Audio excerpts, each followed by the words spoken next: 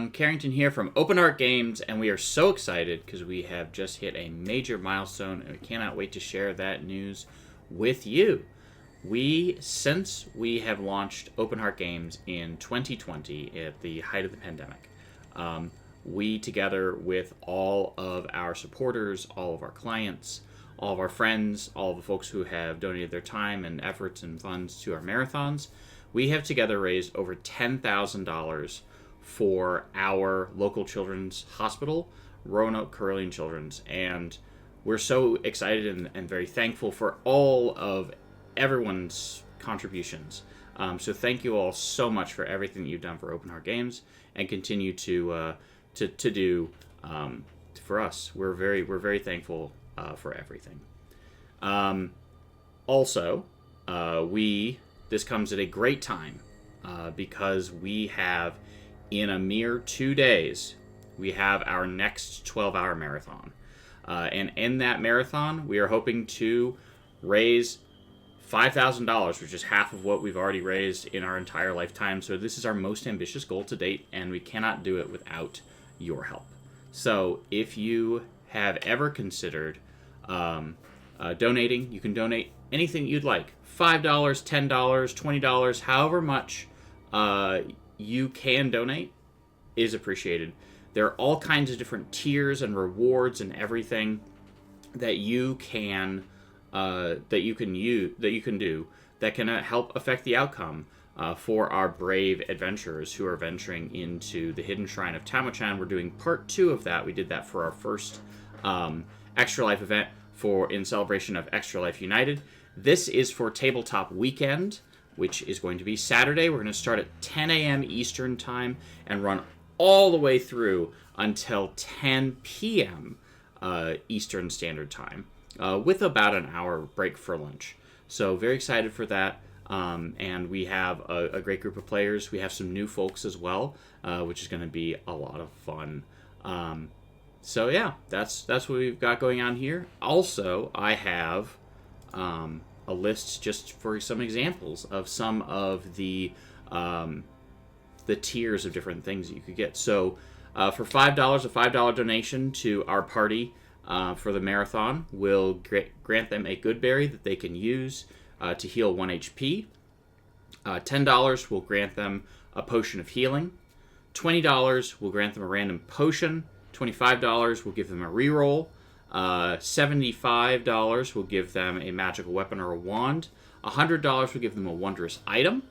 $250 will you can force a player to draw from the deck of many things. One of my favorite things I actually have, and with the deck of many things coming up too, it may be time to upgrade my deck of many things. This is my deck of many things, and we've already had one good thing drawn from it. So. Perhaps there's more to come, or perhaps someone will get their soul trapped in another universe. Who knows? For $500, and we have had one of these before, level up. All the heroes level up. And we have one of one, which we've not had claimed, but you could be that hero for $1,000. You can summon a dragon to assist the party, or attack them and make them fight it. So a young dragon, because the party is lower level. Your choice if you want them to fight a dragon immediately, or have a dragon join them, and you even get to choose the type of dragon as well. So cool stuff there. Once again, so thankful to everyone who's helped us out with everything. Thank you all so much. You're awesome rock stars. So I think that's all I had about the marathon. If you'd like to donate, it's really easy to do. You can go right up here to extra-life.org/team/open-heart-games. And there you can choose one of those rewards, and you can donate directly to that. We don't touch a dime. It goes straight to Extra Life and to our local children's hospital, which is Carilion Children's in Roanoke. So far, you can see down here, we've raised almost $2,000. My goal is, by the end of the marathon on Saturday, for us to be at the 3,500 mark. It'd be great if we were over that, but that's kind of where I would like to be to put us on pace for the end of the year. So very excited about that. So with that, does anyone have anything that they've been doing, anything they've been playing, anything cool been going on in their world? No, not really. I'm packing. I'm getting ready to move. Oh, yeah? But that's about it. I took the deep plunge into building Warhammer models. Nice. Nice. A noble calling. I do have some D&D news for everyone that's a little interesting. What you got? So there's a Kickstarter going on right now for a kind of Studio Ghibli-like D&D setting. I saw this. Yep, and I thought it looked super cute. Speaking of D&D news, Big B Presents the Gloria Giants came out on Tuesday, which is the latest source book. Similar to Fizban's Treasury of Dragons, but this time it focuses on giants. And there is a pretty sweet subclass for barbarians. You get to chuck things, giant. Right? Yeah, when you're a high enough level, you get to throw your enemies, which is amazing. And then what's really... So on one hand, there's only one subclass, and you're like, that's kind of lame. At least with Fizbins, we had like a couple. But Big B has a bunch of feats that anyone can have. And there are some really, really sweet things you can do with it, with the different feats, as well as backgrounds. Which I don't know if this is in other backgrounds. This might be a first. This might be a foreshadow into what's to come in D&D. But the two giant backgrounds come with feats. So right off the bat, you can. I feel like backgrounds. This is just my opinion. I think that backgrounds have been criminally underutilized in D&D 5e. I like what they do as far as giving you flavor and as far as giving you skills. But like honestly, part of this is on me as a GM. I don't know if it would be like, guess what everyone's background is. Like, I don't know that I could do it. Because like it gives you access to your skills, and sometimes it determines like your starting gold, and it gives you like a minor feature that you can use sometimes. Yeah. But I like the tapping into a feat. I think that's cool, and I think that's one of the things that they wanted to do. That they said they wanted everyone to be able to start the game with a feat, which I think is cool. Because I think that it like, if you're playing a fighter with a bow, which is one of the best builds ever, you could just take sharpshooter. But I like the fact that there are like more choices. One, and if you had two fighters with bows, they could be completely different if they took different feats and different backgrounds. So I think that's kind of cool.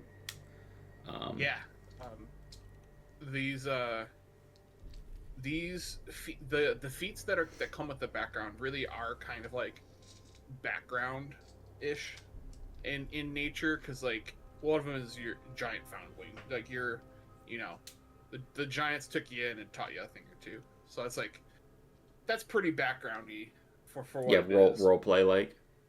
Role play like, yeah. But well, they one of them's Rune Carver, right? Yeah. Well, the other one is Rune Carver, which allows you to get some free spells. And get some free spells. Both of those are precursors to the rest of the feats package, which is where you take up and kind of embody a strike of one of the many different types of giants. And they have some pretty ridiculous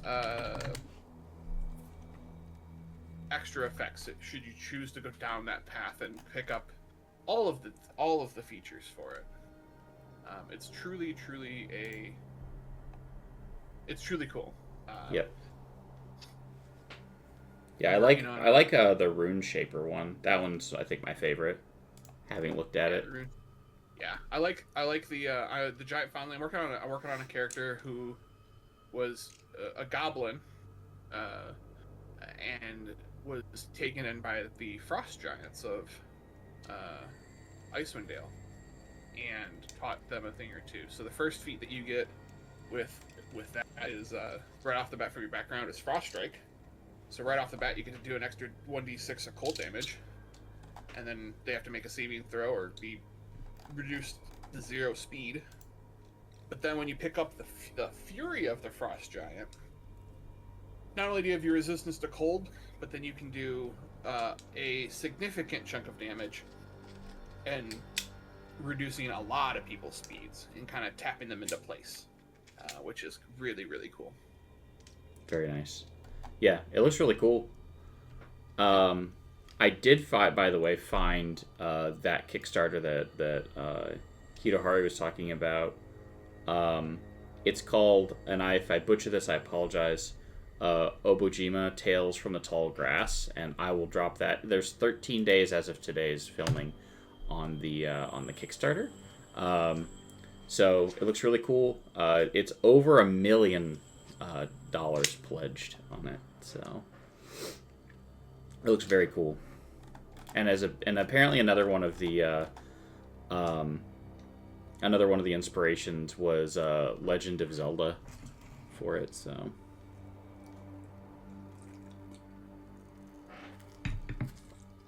yeah. I mean, that has a lot of Studio Ghibli influences at this point too.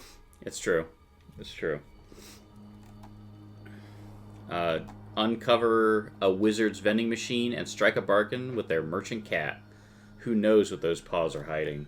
Yeah, I will say one of my I'm not even guilty. Like one of my, I love Studio Ghibli, and I find a lot of those movies very comforting. I don't know, because there's while there is conflict in it, it isn't all swords and guns and violence and stuff. There's some of it's just slice of life stuff, and I don't know. I find that appealing myself. So, but I do love a good action sequence, especially high fantasy, because that's definitely my jam, and it's definitely what I enjoy writing. But the slice of life stuff is nice. Oh, and it's also has the classes in here too. Well then, all right, you can just remind me about that Kickstarter. Remind me when we get close. Yeah, it looks really cool. All right, here's a question. What's everyone's favorite Studio Ghibli movie? Is there a question? Yeah. That was it's Princess Mononoke. Okay. It is Princess Mononoke. Is that yours too? Yes. Okay. Mordock, do you have a favorite?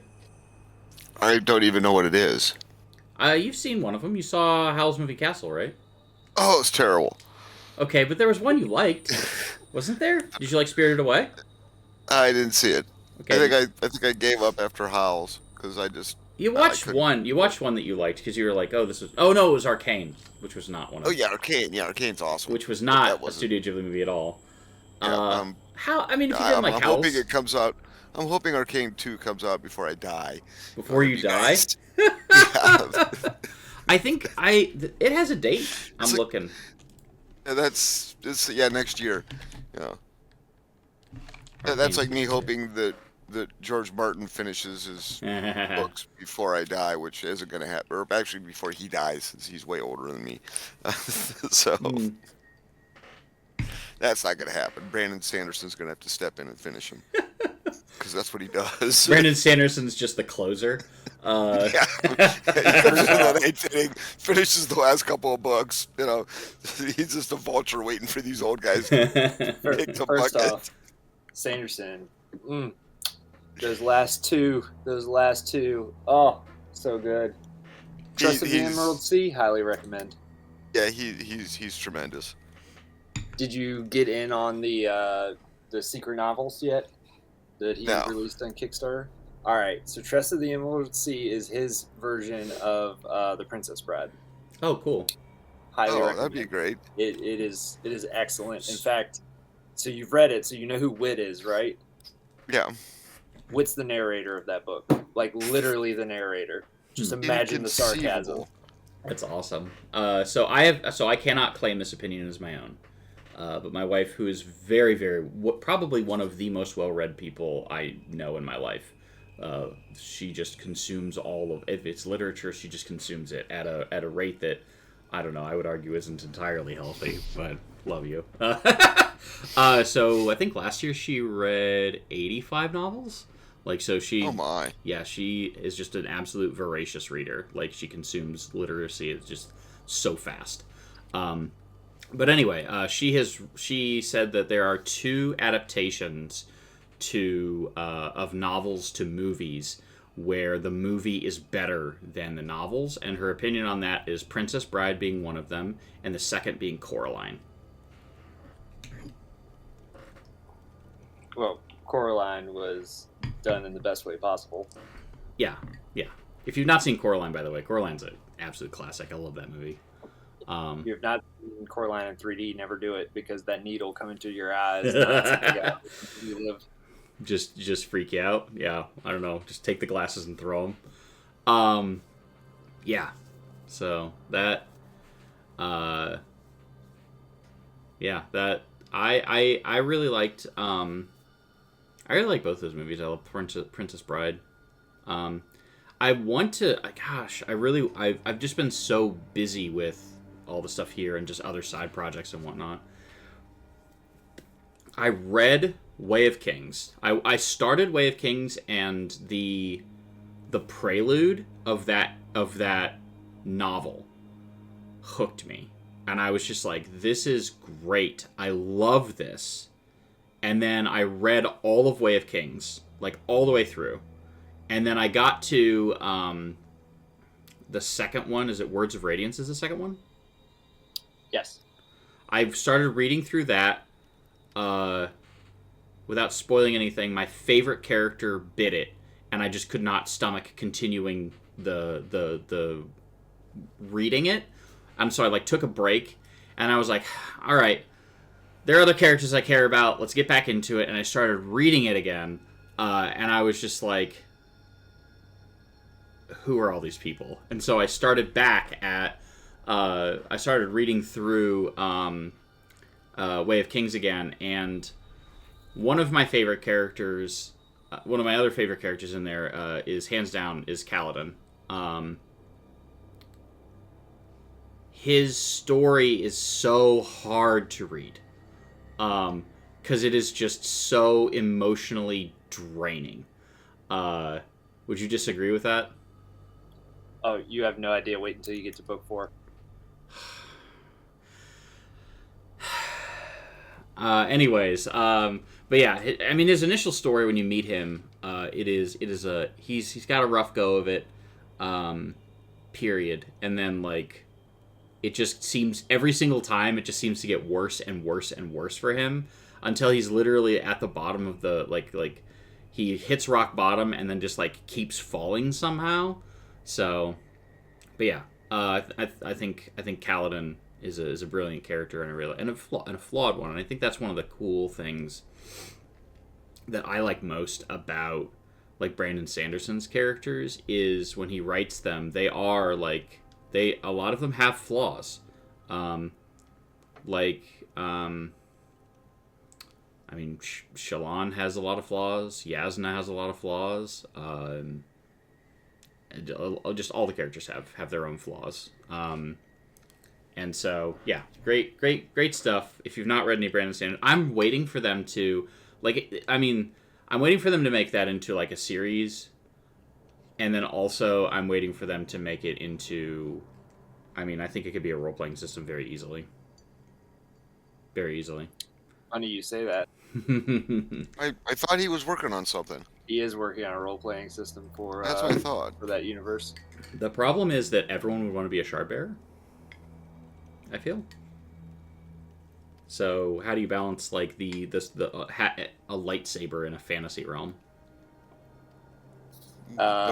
Swords, You mix that fantasy realm with Mistborn, and you just allow me to be a misting, and I'm going to be good.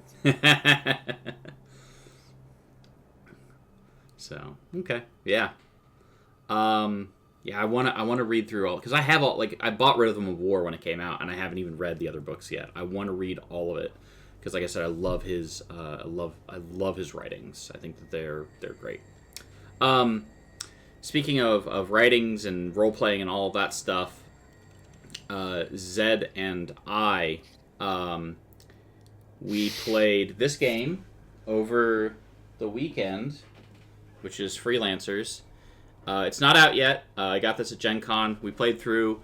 We fought against this dragon, and we lost. But it's definitely a dungeons, and it's how I describe it. And I'm not gonna. I'll let Zed share their opinion in a minute. It's definitely like a Dungeons and Dragons parody, and it was a lot of fun. What did you think of it? It was hilarious. I mean, it was a time suck. We blinked and 3 hours went by, like nothing.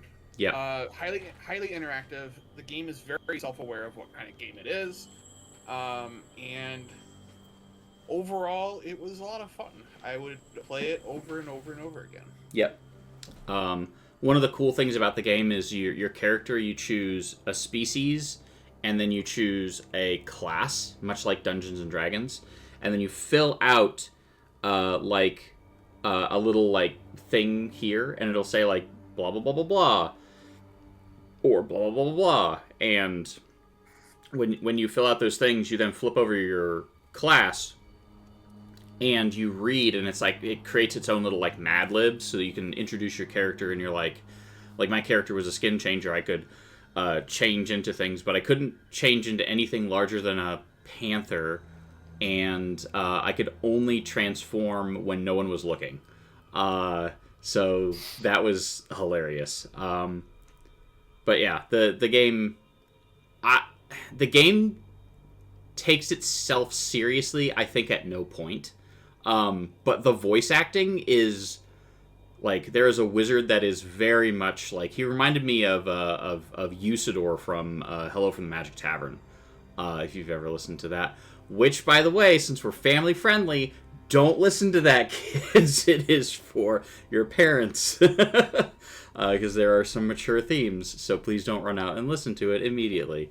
So there, I've given a content warning. So it is funny, but it is also for not children. So, because the whole premise of that particular podcast is the host of the podcast fell through a magical portal behind a Burger King, but is still getting a slight Wi-Fi signal from said Burger Kings. But he happened to be wandering around with his podcast equipment, so he's just interviewing random people who happen to be at the magical tavern that he is in the magical realm of Thune, I think is the name of the place. Anyways, there's all kinds of fun stuff out there that exists in the world. And Usador is a wizard that has a billion, long name, takes himself very seriously, but no one else does, and so. But yeah.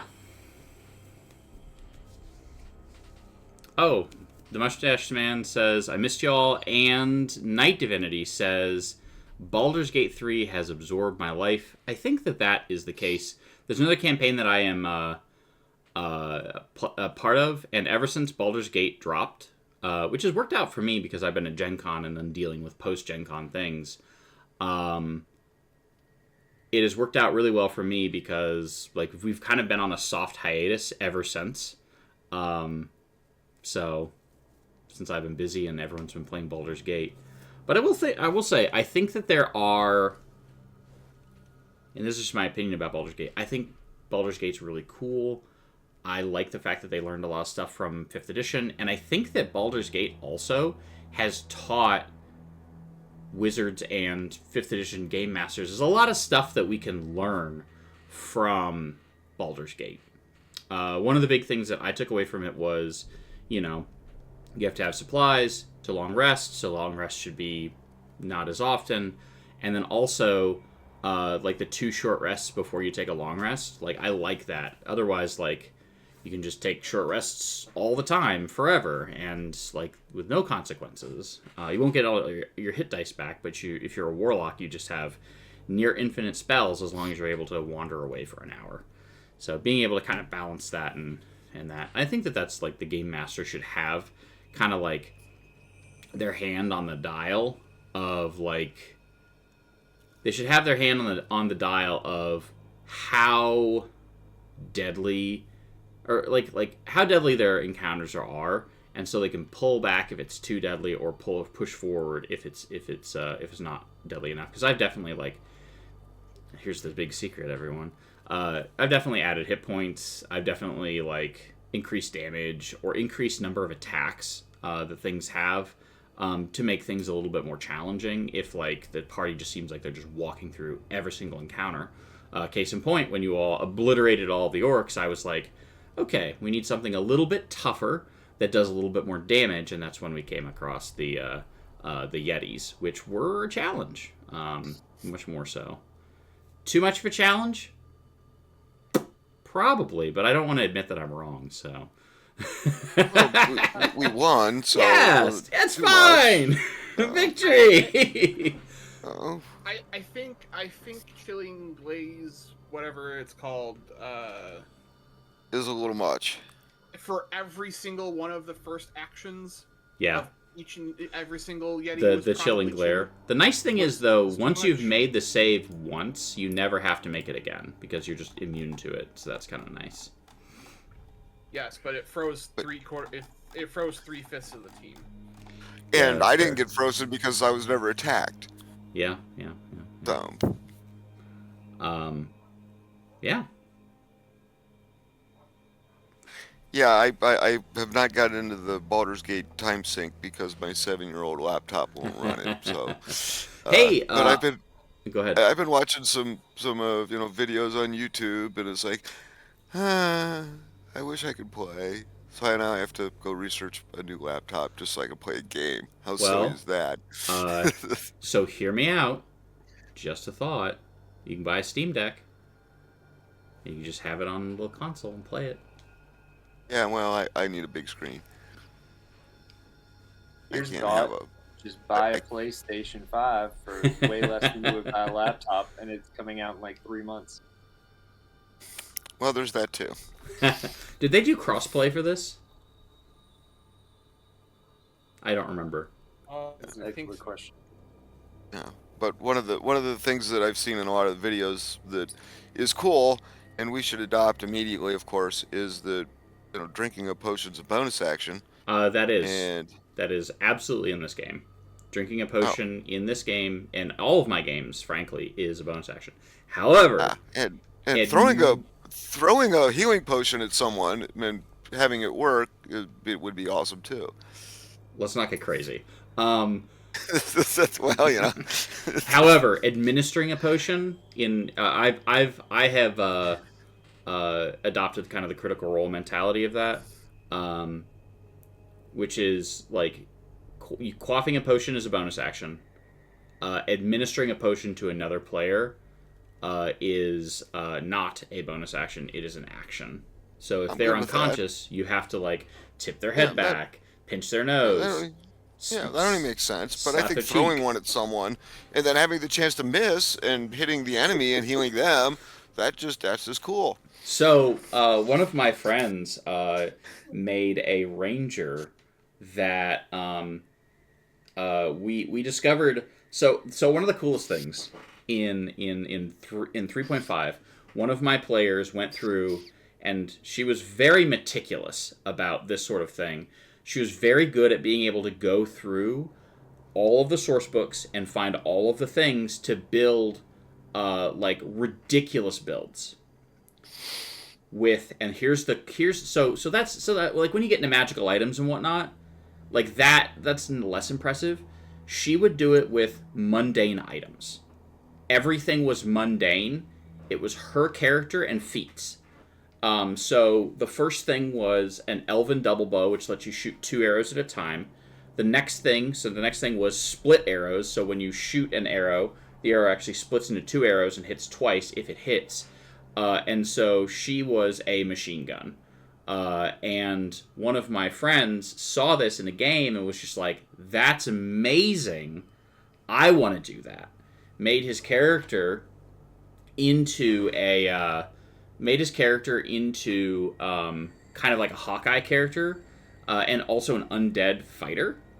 So in 3.5, if you administered a healing potion to an undead thing, it would actually damage it, because positive damage would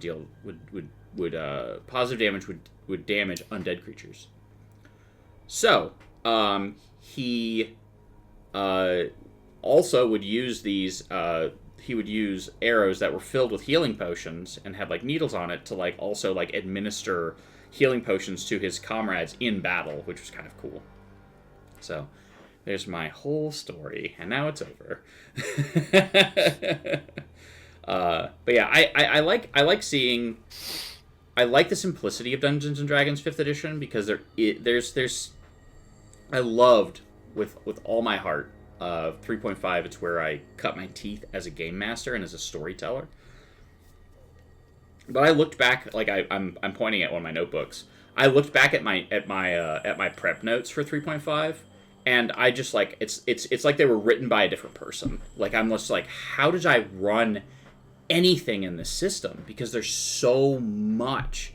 There's so many rules and attacks of opportunity and damage resistance and this and that and actions and pluses and minuses and small amounts of math, and I loved it for what it was, and it gave me a lot of things, but I'm much happier with 5th edition because I think everything is just kind of scaled down and simpler. There's my 3.5 soapbox. I know there's a lot of friends that love to be able to just detail their character down to the molecule, but see, and I love that. That's why I like Pathfinder so much. Yeah. I love getting into that. Oh, okay, I got a damage resist this, and it's like, oh, I got all these armor class bonuses. Oh, but these two don't stack, and yeah, it's great.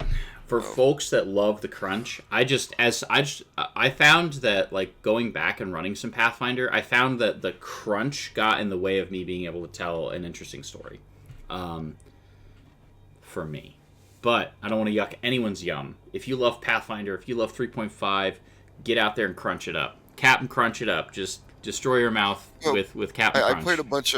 I played 3 or 4 Pathfinder 2s at Origins, and they made it more streamlined. Mm-hmm.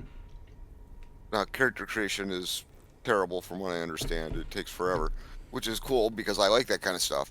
It takes me back to my Traveler days where you spend 8 hours just making a Traveler character. And then you die. To have him die during character creation. Yeah, one of my friends has the T-shirt that says "Traveler." I died during character creation.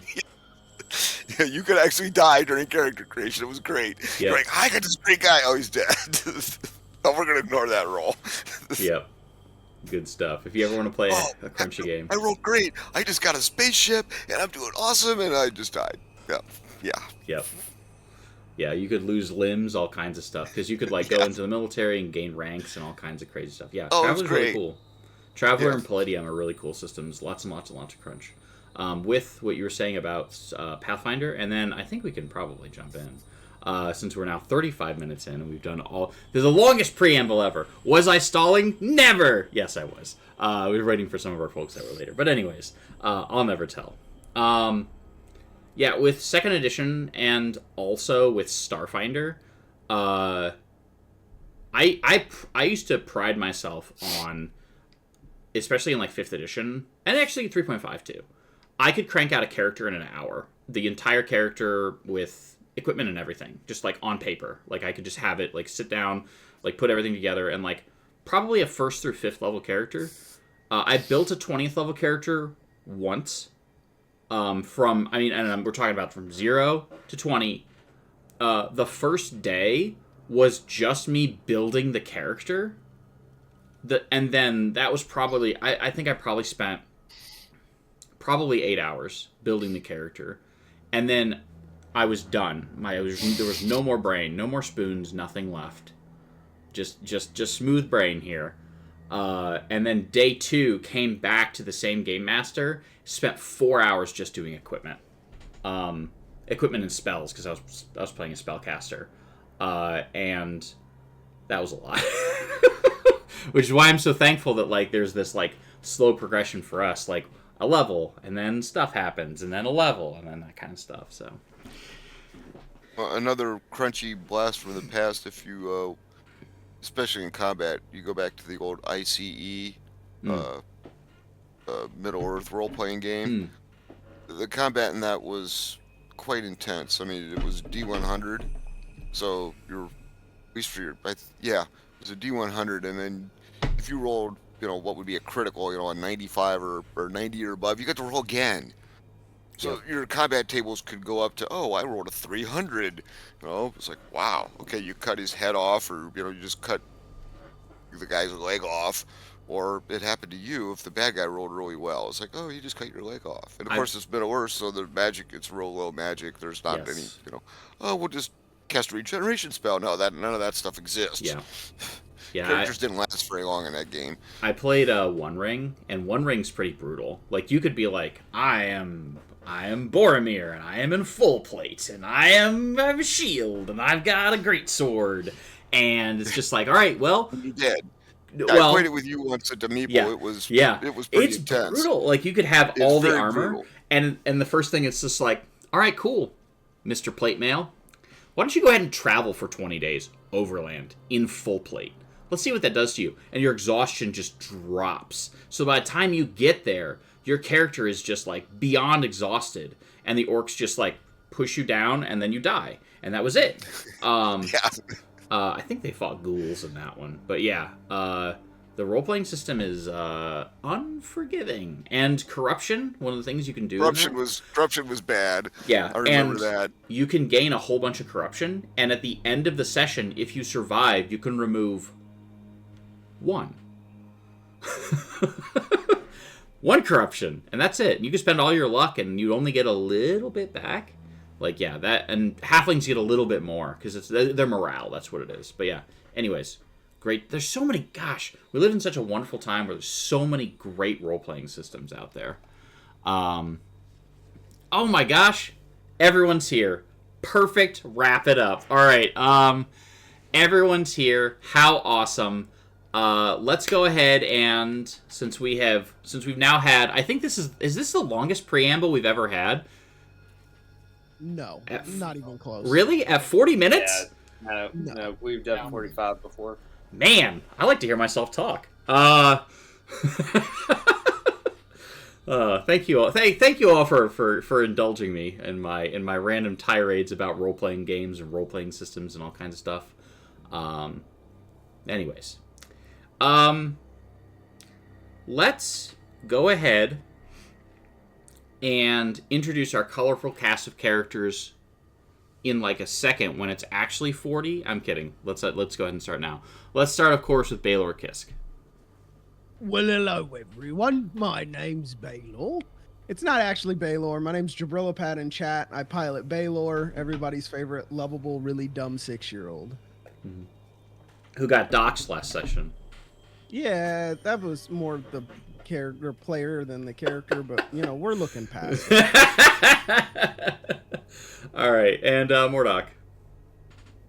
Yeah, I'm Dave. I'm playing Mordok, our Azamar Protector cleric, who's not real happy with the long rest rules that carry him to Wait, hold on. What long rest rules? So I'll get to that afterwards. But you don't care because you don't get all your spells back on a long rest. So what I have been doing is this. I am plotting out the number of, so basically it'll be like it will be encounter, short rest, and then once you have fought a dragon, after that dragon fight, you'll get a long rest and get all your stuff back. So we're gonna die. I didn't say that. No. We should introduce the rest of our colorful cast. Yeah, we should. Also, Yo Jabril, it's Benamin from Beef Just Beef. Beef, what's up? All right, and on to Patron. Hello, everyone. I'm Brad, also known as Hirohari in chat, and I'm playing Patron Purpleheart, our druid. I have a question for Night Divinity. Very important question. How many times has Patron deleted his own token? I need a count. Anyways. It's all about count of how many times Carrington has deleted my token. I'd like a count of how many times Carrington has forgotten to put our dragon in the We rotation? have that count. If y'all can request counts, I can request counts. I want to recount. Anyways. We don't have a dragon anymore. It's true. Rip. Rest in pieces. Too soon. Too soon. It was like 3 months ago. All right. Anyways. On to Rillick. Hey, I'm Rillick. I'm J-Dub in the morning in chat. I'm a evoker wizard, and I think dogs should be able to vote. Hey, I can get behind that. Yeah. Can cats vote? Probably not. No, Cats can't. No, they're spiteful. As a Gosh, cat guy, cats should not vote. you want to derail a campaign? Start that. Should dogs or cats be able to vote? Absolutely. Only choose one. I think dogs and cats should be able to run for office because they'd probably do a better job. But that's just, we won't go there.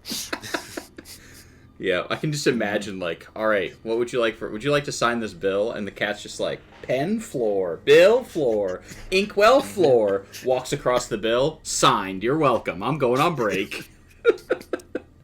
All right. Summer recess. All right, and on to Zed. Last but certainly not least. What's up, everyone? Mage here and chatting on Twitter, and I play Zed, our adorable kobold monk who wants to grow up and be a dragon one day. Who had a dragon, and then the dragon got killed. So now Zed is on a mission. All right. So who would like to take a stab at what happened last time?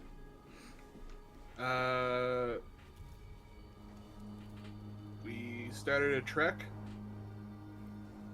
to go find someone that might know where the white dragon is. Mm-hmm. And we got ambushed by some abominable yetis.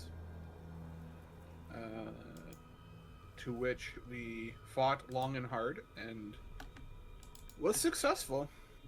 But at the same time, there were a group of Goliaths that were just standing there watching us die, not any interested in helping us. Turns out, those Goliaths are Baylor's people. And Baylor hates them, and they hate Baylor. But begrudgingly, one of them gave us some information of someone else that will know where the dragon's at. And that is our mission for today. I'm sorry, Zed, are we boring you? No, when I talk a lot, my brain goes, "Hey, you need more oxygen." Oh. And so then I yawn. It's not because I'm tired or anything. My brain just goes, "You need more air. Yawn, please." And I'm like, "Okay, cool." So, we are on a mission to find someone to find the white dragon. Okay. The information you were given is that there are some frost giants up further. You traveled to that place, and there's this massive iceberg. And the iceberg, let's see if I can describe it real quick, has like a bunch of like longhouses like jutting out of it, and even some ships kind of stuck in it as well. And this is the home of... It's like of the frost giants that you were searching for. Very obvious. It's cold, desolate, unwelcoming as you make your approach to this massive place. Would I know this place or have been familiar with it? Roll me history. Can we make it anything else? Yeah. History. I could have advantage though, right? It depends on what you rolled. A 9 and an 18. You got some guidance. Oh. What is that, D4? Yeah. Guidance OP. That's another thing I like is in the new playtest. Apparently, by the way, they rolled back a bunch of changes. So we got 12. You have heard of this place, and it is an icy fortress known as Svardborg. And here, Jarl Storvald reigns here, and he does not suffer fools, nor intruders. But if anyone were to know where your dragon would be, it would probably be this person. How far away from the entrance to the castle are we? How far away do you want to be? Well, I mean, I guess that depends on what the entrance looks like. So as you are kind of approaching, there's you're approaching the edge of the water, and then there is and then there's water, and then this iceberg sitting out that you can see. Oh, and then on the iceberg is the structure. Yeah. That's risky. Yep. It's actually built through. Let me see if I can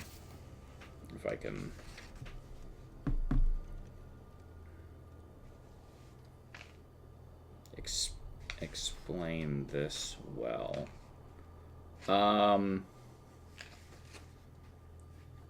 This is actually from I'm pulling a piece from Storm King's Thunder. I'm a big fan of this module. It is very cool. Also, here's a picture of Svardburg. I've got it on the stream if you want to see it. Bam. That is Svardburg. Svardburg. Oh, you see it? Yeah, it's pretty sick.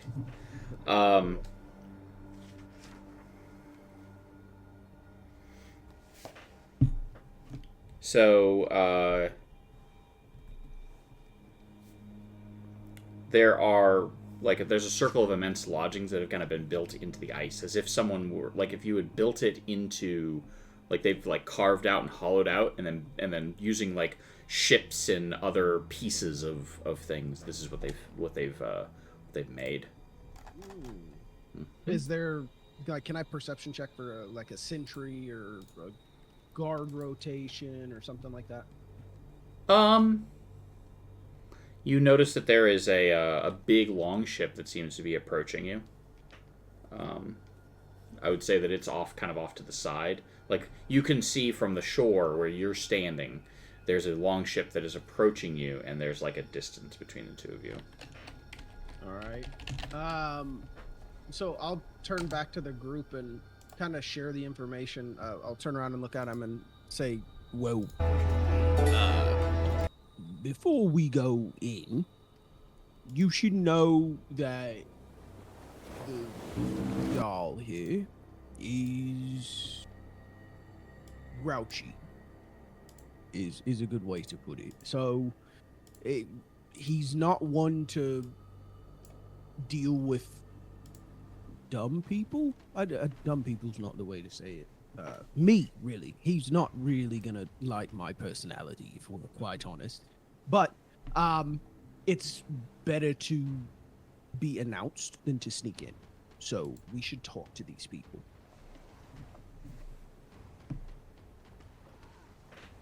Sounds good to me. So you're doing the talking? I can. Anybody else want to weigh in before we move on? Sounds like a plan. Bet. I'm here for the comedy. Let's go. It's gonna be May. So I guess I'll wait for the boat to approach. Quick logistical question. Did we get a short rest?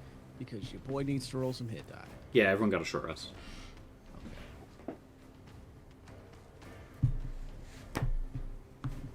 Also, thank you, Roll20, for giving me this wonderful royalty-free Viking music. Appreciate that.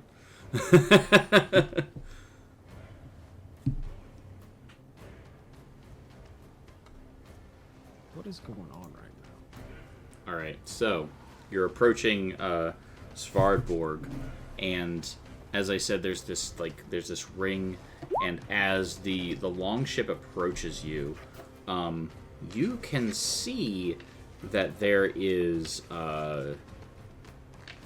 this longboat, looks like a huge Viking longship, but scaled for giants. And there are about 15 frost giants. Oh my lord! In this boat. Okay. Do they kind of just hang out in the water, or do they? They're rowing. Okay. There's one at the back. So actually, there are about I'd say there's about 18 total in the ship. More? 18 total. So there's 14 rowing, and then there's like a helmsman who's kind of guiding the ship. There's a drummer that's helping to keep pace, and then one person that's two giants that are managing the sails. Okay. Well, I guess I'll wait for him to get close enough to have a conversation. At this point, he spots you as you're there, blows the horn. Well,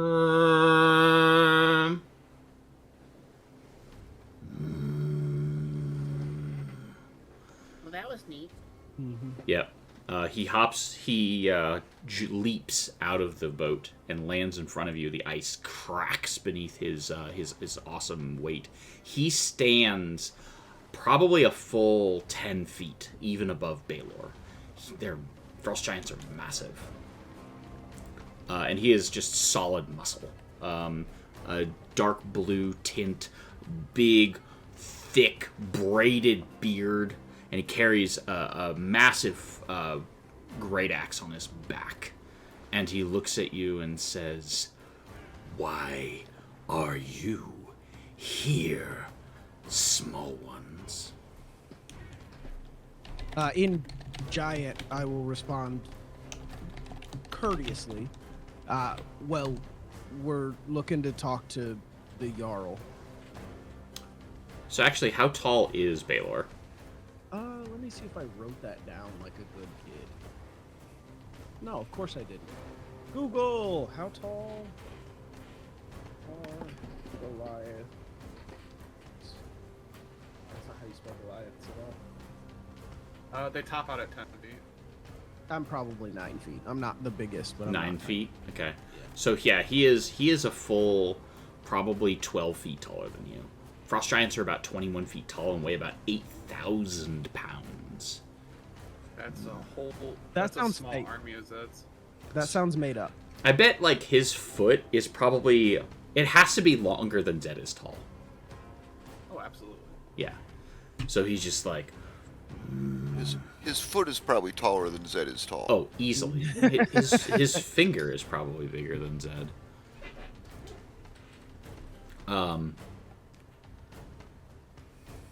What did you say to him in giant? Sorry. In as country and accent as I can in giant, because that's where my people would be from. Well, we seek an audience with the Jarl.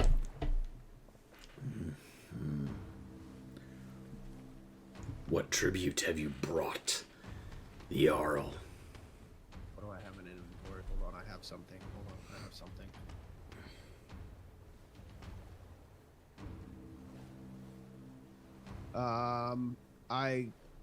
I have a dragon horn.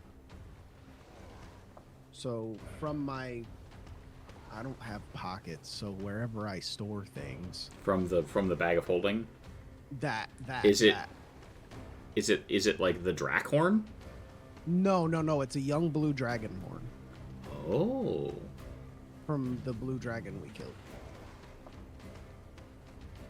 Oh, we still have what's his name's hat. Oh, I forgot about that. Hold on. I'll reach in and I got distracted on the way in. Remember, Farbalex, Splattergoose, Shark Hat. So on accident, I will pull out the shark hat. And he just looks. Oh, I'm gonna play this up for comedy. Hey Rocky, watch me pull a rabbit out of my hat. So I'll reach in and I'll go, I know it's in here somewhere, just a second. And then my brain will get sidetracked and I'll grab the fish hat and I'll pull it up all triumphantly and be like, hang on. So you pull this out triumphantly and put it up in the air. And the frost giant looks at you and goes, what in the name of Thruim is that? Well, that's not what I meant to grab. Give me just a second, and then I'll rummage around a little bit more, and I'll pull out the blue dragon horn. And I think it's an adult dragon horn, if I recall, because you got it from Lenny, right? Yeah. Yeah. Yes. So it's not a young. Yeah, it's a full adult one. Yeah. I think I could only find young blue dragon horn when I added Gotcha. it to inventory. Gotcha. Also, by the way, I was looking at your character sheet, and I updated the dart, and I changed the name of it to Boomerang of Warning. Just for you. Thank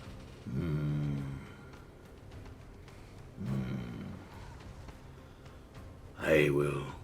This will grant you an audience. But his favor, the Jarl's favor, you'll still have to earn. Very well. Climb aboard. And with that, he'll step off the ice cracking beneath his feet, back onto the longboat that's now kind of docked. The rest of the frost giants kind of look at you suspiciously. So for the people that don't speak dragon, I'll turn around and say, "He says he's in. Let's go." All right. And then I'll board the boat.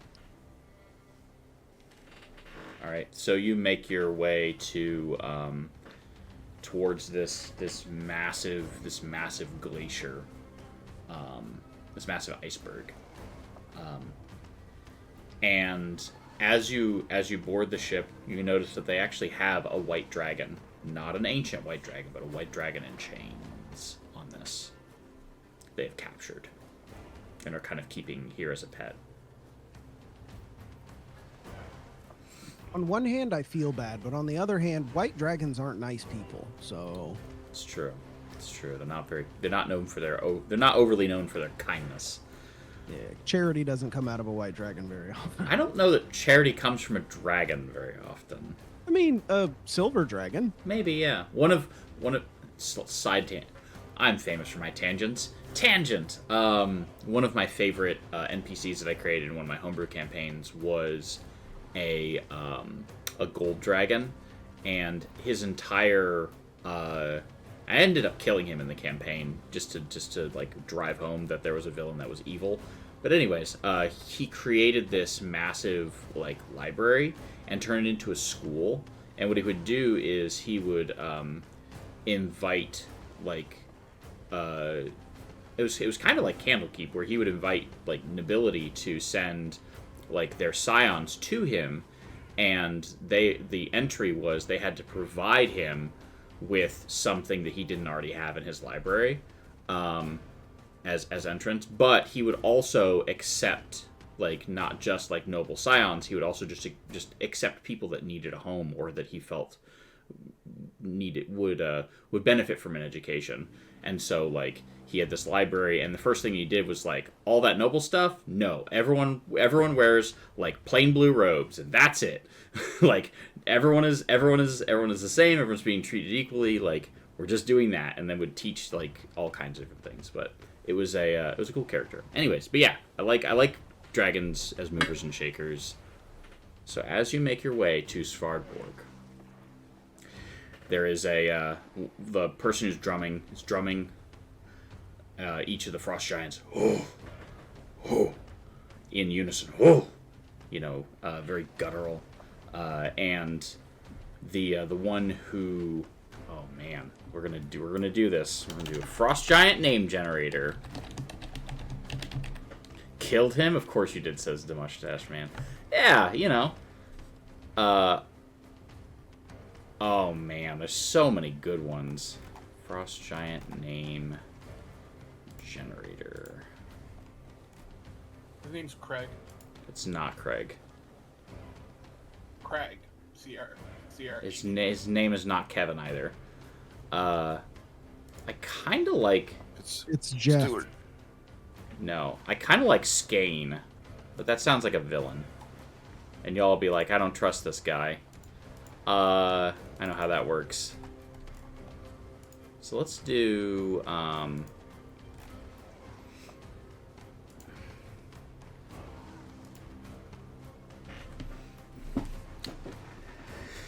I'm just hitting random names here. What about Hamold? Or Sirnvath. They're so long. Lolvog. Vognef. Or Bidum. Sarnon. Fivegum? No.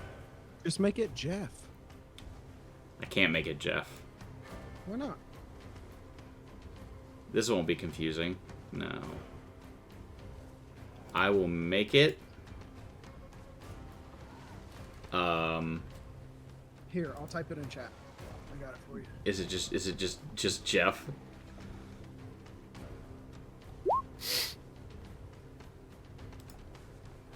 It's Steven. Oh, Feven? No, absolutely not. Alright. It's Craig, but it's spelled Craig. Alright. Gimanelli. Not doing that. Alright, so his name, I found a good one. This is his name now and forever. It is Helvold. I like that name. It's fun. I just hit a random name generator. There's the name, Helvold. So as you finally arrive and dock, Helvold, he leaves the longboat, and he says, "Watch your step, if you can make it." And you notice that like there are like these steps carved into the ice that are leading up to all of these steps are leading up to the entrance to the biggest longhouse, which is obviously like where they would do the meetings, and it has to be the Jarl's or the chieftain's longhouse. So the steps themselves are massive. Zed, they're taller than you. They're probably about... Each step is probably...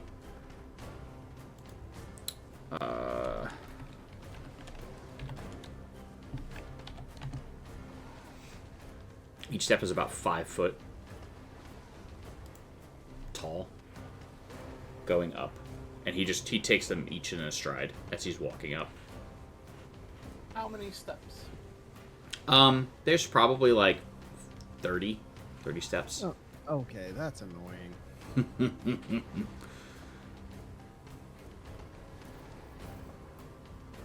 I transform into a bird and fly up them. Okay.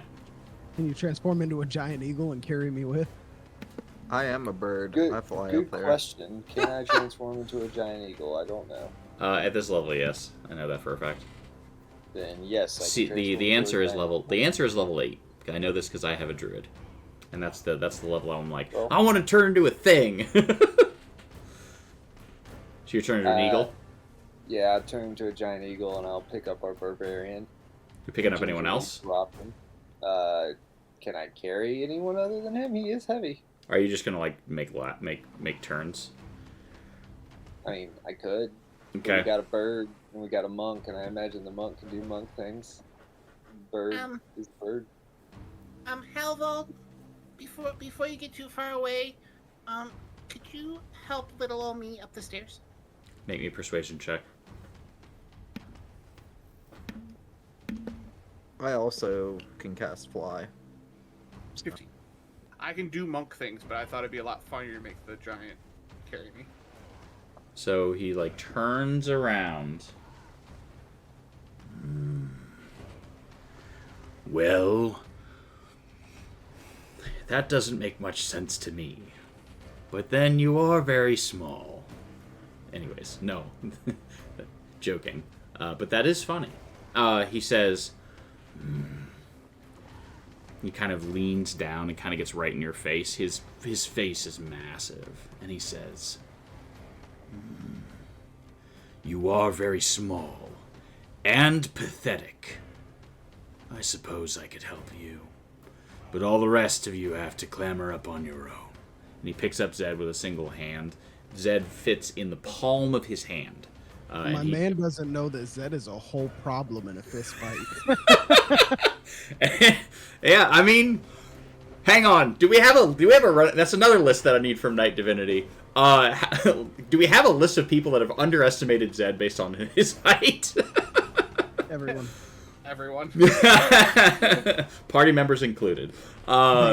For sure, Baylor. Just like, so he picks him up and just like walks with him. I bet, if I had to guess, it's probably pretty much everyone says Night Divinity. I'd have to imagine it probably actually looks like this. Like, this is probably what it looks like. Zed is probably that big. I would have to imagine. Yeah. Maybe slightly, maybe slightly bigger, maybe, but not by much. No way. 3 feet. Maybe that tall. Yeah. I'm 2'3". 2'3". Yeah, he is 2'3". Yeah, he's like 10 times your height. Yeah, I put it in the chat. The frost giant's roughly 9.5 zeds and weighs about 350 zeds. It's so big. All right, so you make your way up. So far we have Zed carried up, Rillick up, Patron flies, Baylor up. Mordok, how do you get up there? I'm gonna wait for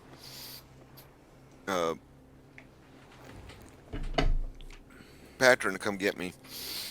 Just magic Patron school bus.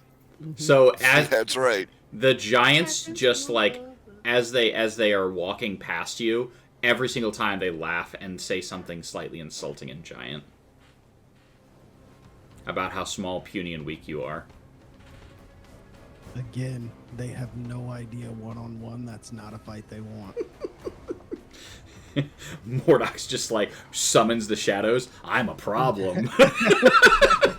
Yeah, Mordok pulls out a poultice I'm head. not here to fight, so they can make whatever jokes they want. I don't understand them. Mordok says, "Get right with your god, because here I come." Yeah, I can just fly up there if I want to, but I'd rather save it for a rainy day. Yeah, Yeah, no, 100%. Get right with your deity, because you're about to meet him. I'm about to tell you something.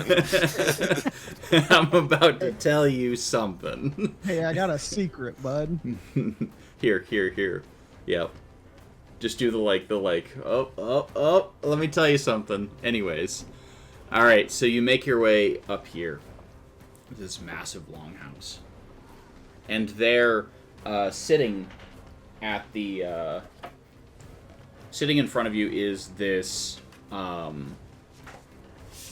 this massive, frost giant. Very towering, muscular, in, I believe he's in full plate. Let's find out together.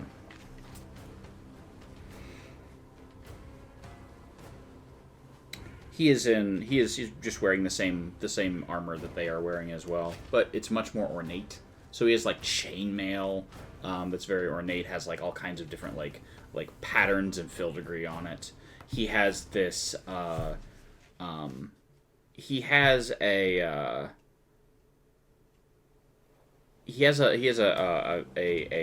beard that is filled with icicles and seems to it's filled with icicles, and it seems like there's almost like snow coming off of it as he is sitting there.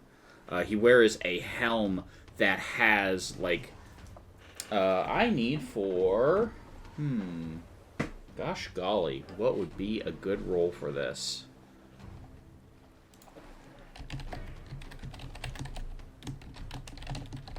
Medicine?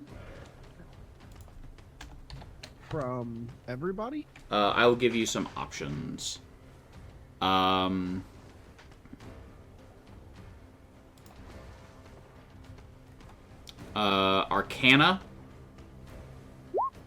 Arcana, medicine, or survival are your 3 rolls.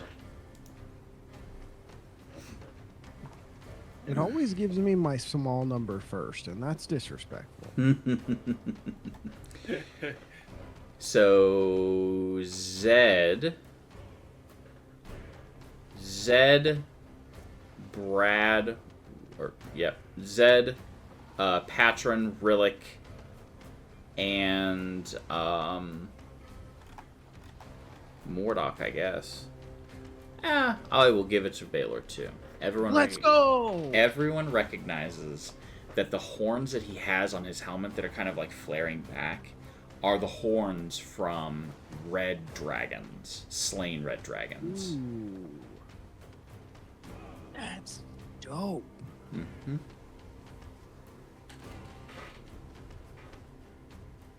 And you notice as he kind of sits and looks at you, he has this, like, massive spear in his hand. And he has this massive spear in his hand. And he just, like, taps it to the ground, and it sends out this ringing sound throughout the entire longhouse. And everyone, the chatter silences. And he says, "What tribute do you bring me, small folk? You speak to Jarl Storvold, heir of Thrym." Well, I brought you this. And I'll show him the blue dragon horn.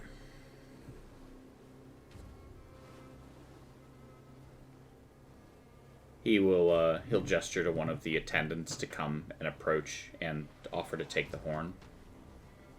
Does he do so politely? The attendant? Mm-hmm. As polite as you would expect. As polite as you would expect for a Viking. Like, one of those, like, puts out hand as in, like, give me. Mm-hmm. I'll put it in his hand. He takes it, inspects, nods to the Jarl, and then walks up with it in both hands and presents it to the Jarl. The Jarl, like, looks at it, regards it, picks it out of the attendant's hand, sets it back down and waves it away.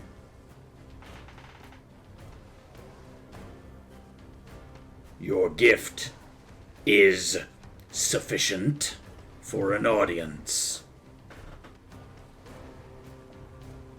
Well, if we're quite honest, I only have but a small handful of questions, and we will gladly take leave and allow you to continue your reign. Proceed. All right, guys. I'm gonna just let you know I need the name of the person we're looking. We're just looking for a dragon, right? Not just any dragon.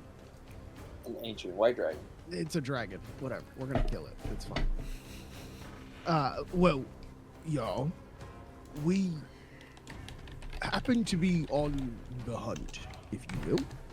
There's an ancient white dragon, one much like the one you have outside, except larger, of course. And we were informed that you might know its whereabouts.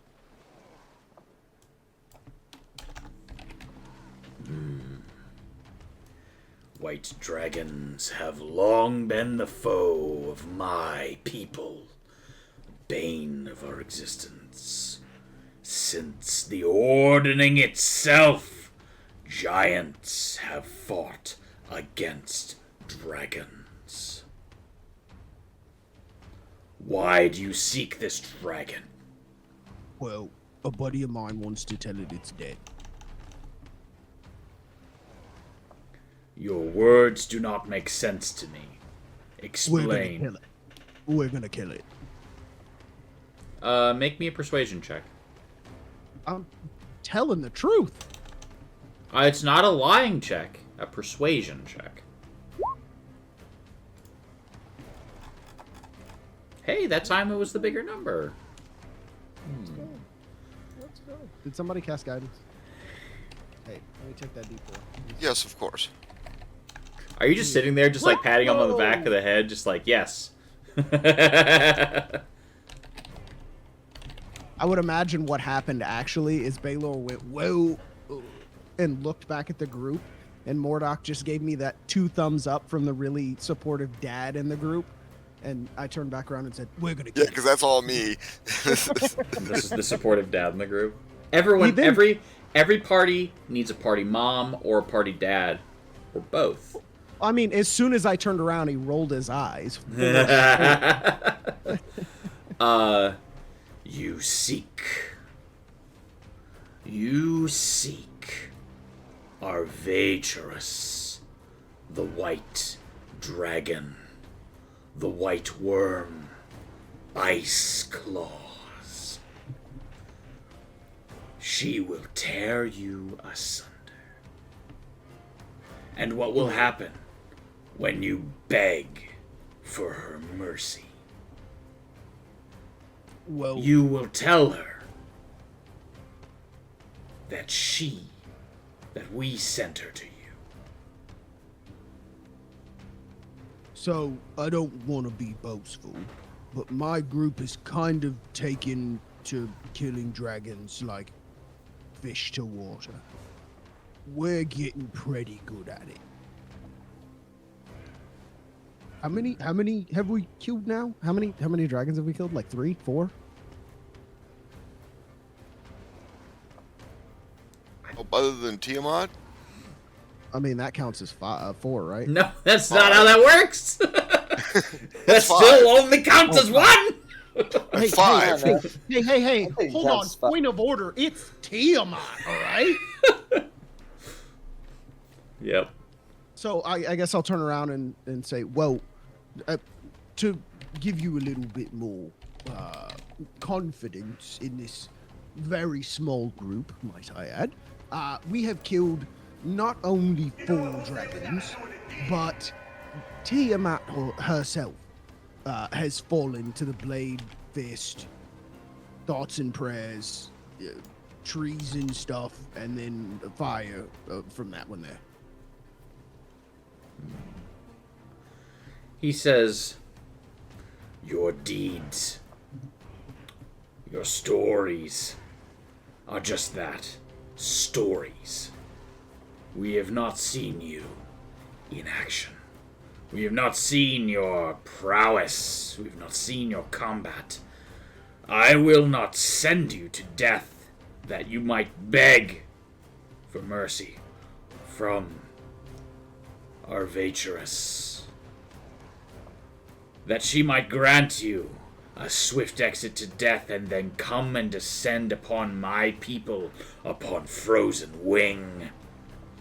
I will not show you. I will not bring death to my people. Unless... I'll turn around and look at the group and be like, guys, I think he's going to ask us to fight someone. And I'll look a little bit excited, and I'll turn around and look back like a impatient child. You face... Yeah, I know exactly what he's going to be. What he's going to ask us to fight. What's that? The white dragon outside. No. Winner, winner, chicken dinner. No, actually. No. No. You must face the trials.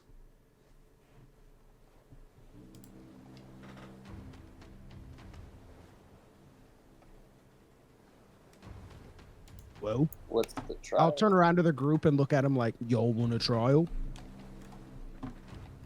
I'll look at you and be like, what's the trial? The Sir? the bird wants to know what the trial is. No, I mean, we're probably gonna do it, but he just wants to know. Oh yeah, sorry, I'm a bird. Caca!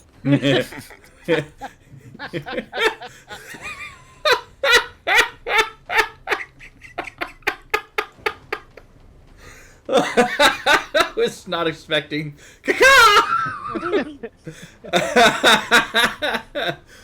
Arculus said trial 1, the white dragon outside.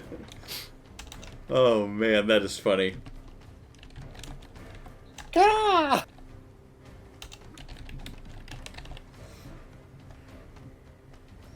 That is so funny.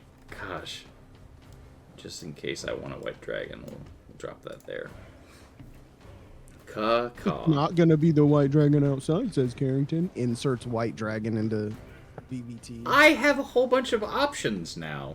I have so many things. However I'm feeling at the moment, I can I have a thing for that. So he says, "You will face the trials." And someone asked a question. Yeah, what's the trials? What might the trials be, Your Highness? You will face 3 rounds of foes. And if you are successful, then, and only then, will I tell you how to find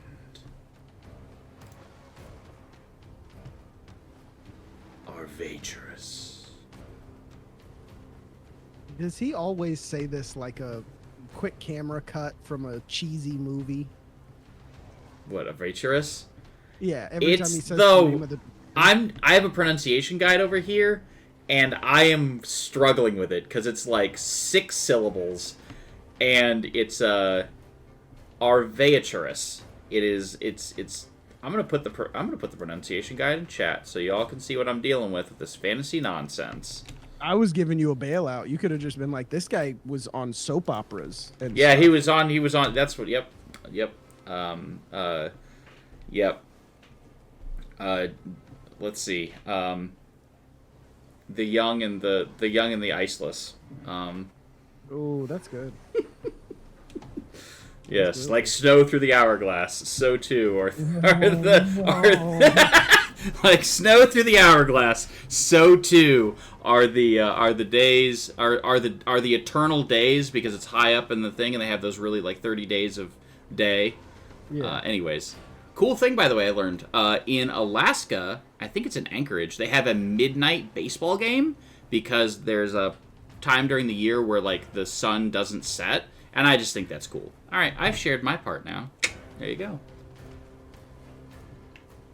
Yeah, they made a zombie movie, or not a zombie movie, a vampire movie. They did, yeah. Which is one of the reasons why I'll never go to Alaska, because I don't want to get bit by vampires. But they're not real, you say. And I say, why not? Why risk it? The aliens weren't real. Where that got us. What was that?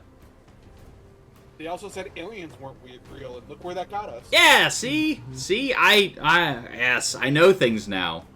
Here's the thing for me, though. If the government says it's true, I automatically believe it less. You automatically believe it less?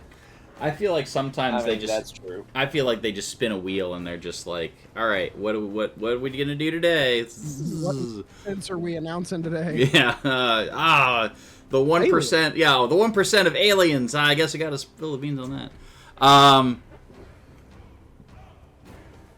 All right, we'll see how we fare.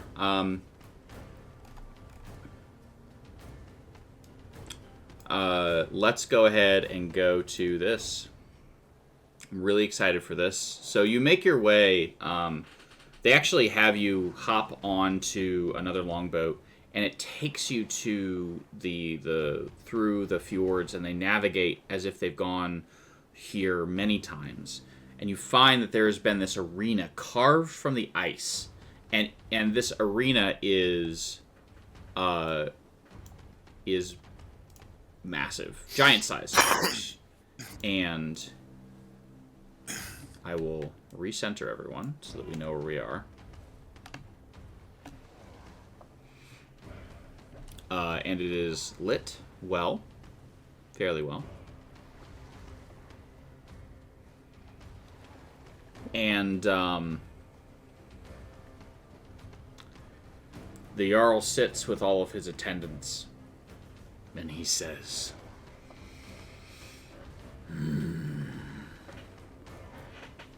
You, each and every one of you, will be tried and tested. I wish to see what sort of metal you're made of.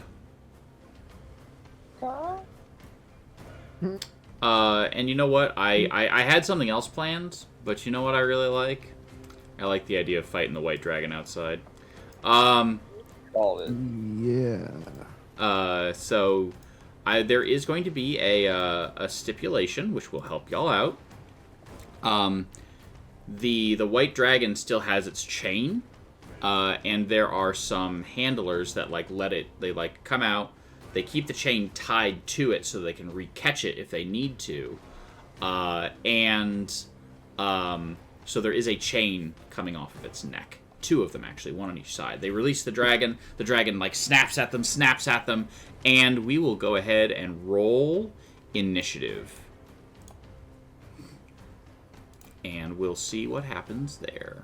And there are 2 of these. By the way, I assume we got a short rest so I could heal from this 30. Everyone got a short rest.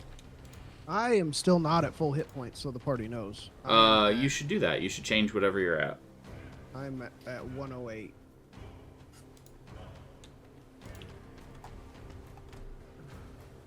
Oh, wait, what?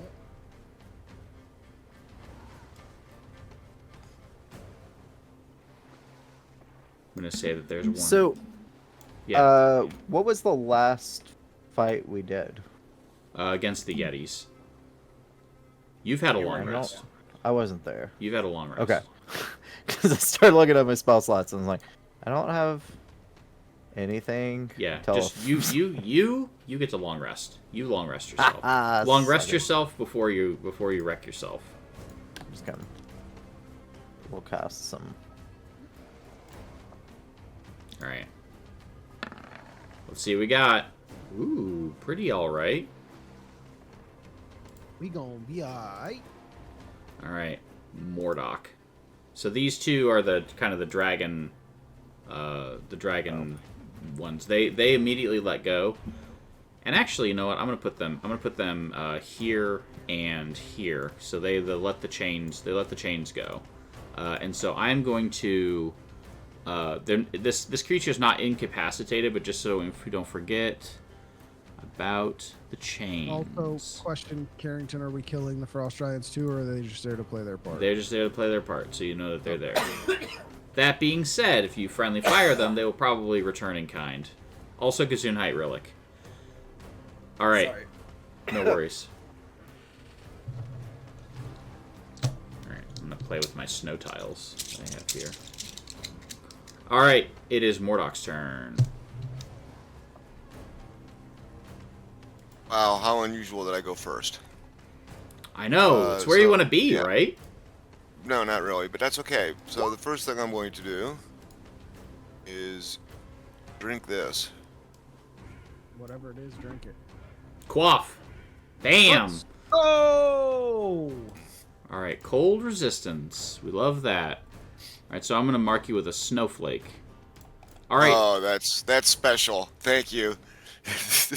Snowflakes are great. Who else? Someone else has cold resistance. Is it Rillick? It's Wall. It's Baylor. And Rillick, I think. And Relic. Yeah. And Zed. It was at this moment he realized that I'm kidding. I'm not going to finish that.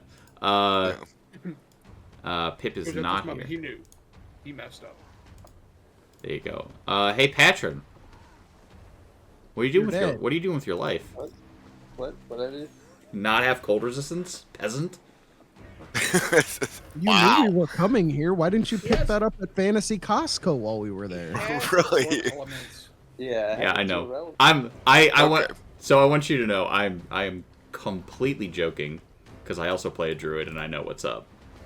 It was just kind of funny when I marked it. Listen, I'm prepared for all the elements. I'm prepared for all y'all. Even the 5th element? Oh man, what a movie. Alright, so you have hit this person.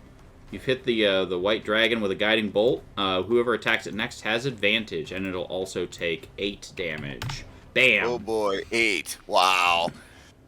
And then I'm going to move. You rolled 1, 1, 2, and a 4. Yeah, that was pretty terrible. And then I'm going to move. I could do one more square. There. Yep. Okay. I all done. That was bad. But next person has advantage. I'm going to do one thing. I'm going to move you back 1 square, and the only reason why is these stairs are difficult terrain because they're so big. Because they're giant size. Okay. All right. You know what? Actually, you are going down them, so I'll just say that you can just kind of jump. All right, Baylor. Yeah, so we're quite a ways away. And I quite honestly don't feel like getting right up in its face. So I'm gonna move over here. Nope, over, nope, over, nope. I can't just go one little... What the heck is going on, Carrington?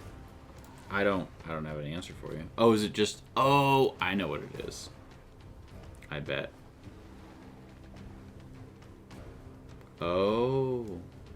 I think your mom might be this big. See, he ain't that big. Yeah. I'll just fix everything real quick. And we all drank potions of growth.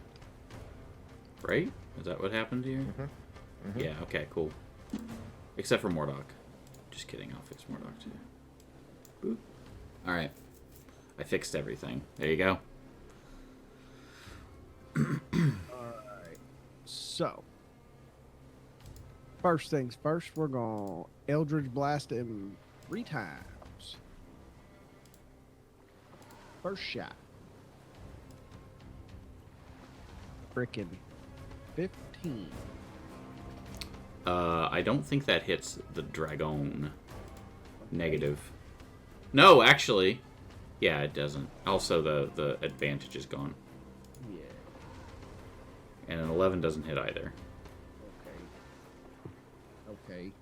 So, as I finish my approach and start to rage, I'm gonna say, "Them's warning shots, the next one's in your ear." And I will rage, and I will summon Hazarwan, and I will stand right in his face. Alright, so you're going to stand right in his face. I absolutely am. And you've raged. I absolutely have. Alright. Well, I mean, we know what has to happen here. Absolutely. I mean, I feel like... Yeah, I mean, we have to. We gotta do Cold Breath. It's a 60-foot cone. I think we hit everyone. I'm really excited about the new 45. I think it's a 45-degree cone, right? And it's 60 foot, and we can do this, and we just go from here.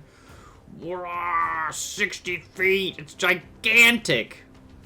Mrs. Baylor. We'll just do it from here, then, and just tilt it a little bit. It's from the center. You can't. That's. I think it's from every... It's collusion. This is collusion. Collusion. I think if I wanted to, I could really tilt it and be like, everyone! But I'm fine with... I think it's from anywhere. Memory serves. Well, you're getting old and your memory's not as good as it used to be. Wow. There you go. Dragon count.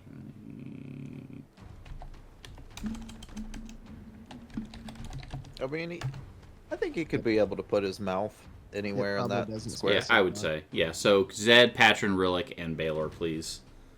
And if I really needed to, I mean, I think he just, like, literally goes... I'll move here. And then I'm free. Yeah, right. It's gonna be like nothing. Hey, Brad, are you gonna? And I just need Zed to take the to make the save. All right, cool. How much is it? Like 12d8. 12d8. It said 54, Carrington. Oh, did it? Cool. Well, it's 60 now, so it's for those of you who have resistance, which is like everyone, it's 30. If you pass, it's only 15. If you passed and... Yep. All right. Done. And now it's Zed's turn.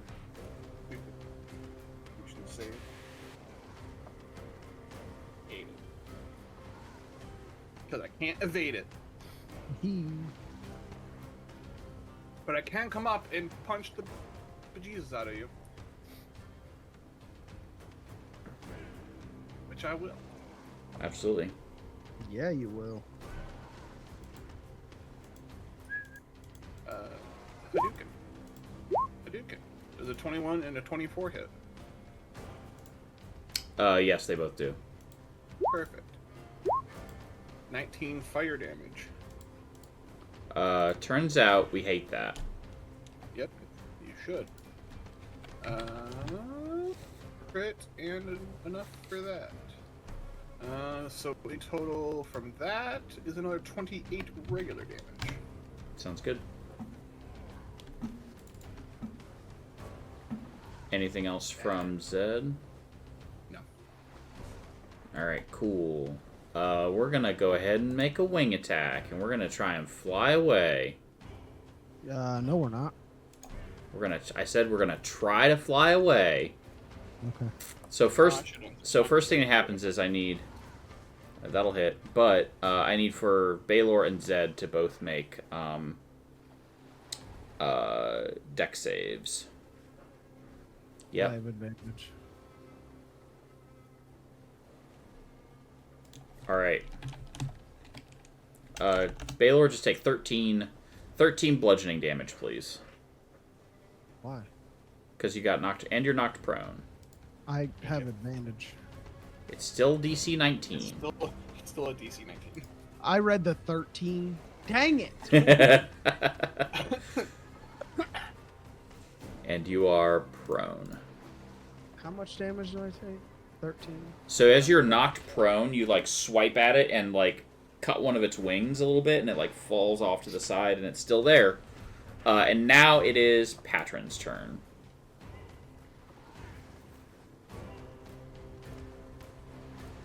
Alright, so it's my turn, huh? Mm-hmm.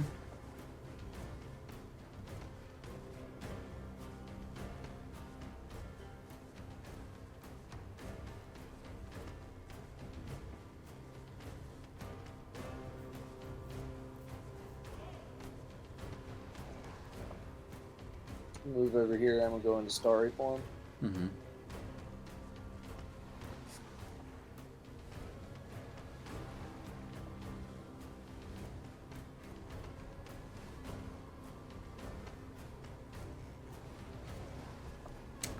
Yeah, sure. Ooh. So how much is that total? 39? Yeah. So the first one is critical radiant damage. So 54 total. 54, why? Oh, you mean with the thing. Okay, got it. Got it. Okay.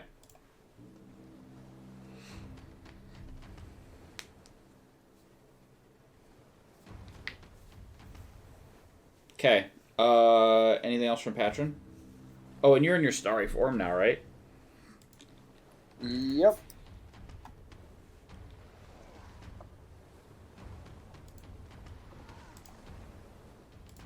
I'll make you blue now. You're now in your starry form. Okay. Yeah, so first turn 54 damage. I'm done. I love how Rillick's just measuring. All right, Rillick, it's your turn. I forgot yeah, I want to Fireball. cast a fireball. But I don't want to pay for it. Anyways, go ahead. Yeah, I don't. Can I just cast it for free? No. Okay. I mean, I think I told there this... aren't dumb questions. Yeah. So. I told the story last time, I think. But one of my players, I gave them a necklace of fireballs, which for me is like I didn't do anything because necklace of fireballs, no one ever uses them. And I'll be darned if that player, in every session possible, was just like, this looks like a good place for a fireball. Boom! It was great. So, anyways. So, where's the... I just want to stare at the Jarl as I do this. Okay. Like, as I just cast a fireball like. Like, oh, we'll say he's right here. Yeah. Well, I'm just gonna cast it on the center of this platform. Okay. And then I'm just gonna sculpt it around the whole party. Okay. But I just want him to watch the whole thing blow up. Let's do a.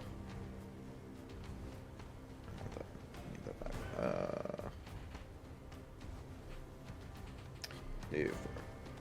No, let's just do 3. Apparently, I'm not getting another long rest, so. Okay, so.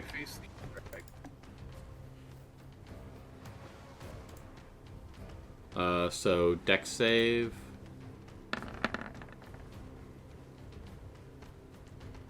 Legendary resistance. Taken half. Pew pew pew. Alright, so 30. Technically, round down 38. So. 19. Yes. Bam. Alright. Anything else for Relic? That's it. Alright. Mordock. Let's see, I gotta move up a little bit. I got bigger. How did that happen? Oh, I resized this wrong. Okay. And then... You know what's coming. You say Guiding Bolt? Oh, you're going to tell him he's dead. Yeah. Yeah.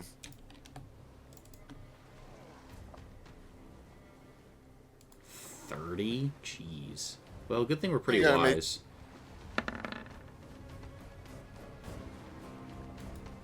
This is true.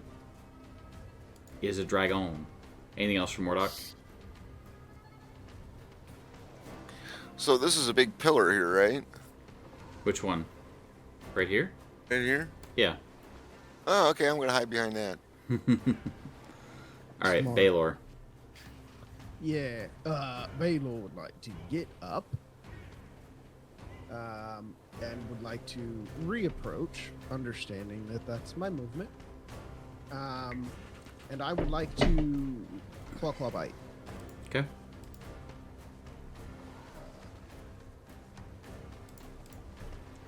Ooh, that was so close to a natural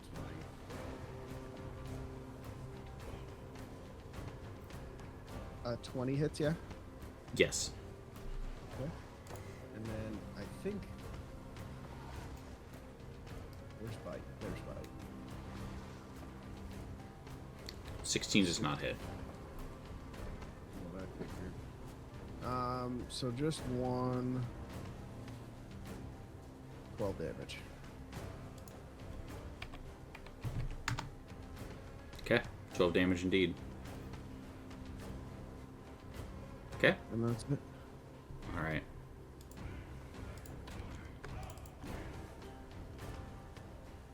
Alright, let's roll again. 1d6. No. Alright. So we're gonna use multi-attack because we're a dragon. We're gonna use our Frightful Presence. Each creature that is aware of me, everyone has to make a DC 14 Wisdom saving throw.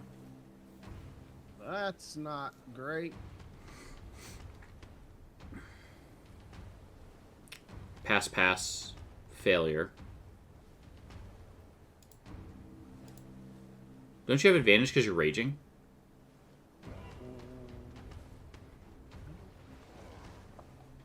Wow. Really? All I needed to do was roll 4. You're so scared. Baylor, was that a yay or an A? No, just strength checks. Alright, what about Zed? Zed had his drivers decide to reinstall themselves, and Nice. Alright, cool. So 2 people afraid, and Zed is no longer... or Zed is not afraid. We'll just put the 2 as feared. Everyone else is immune to it.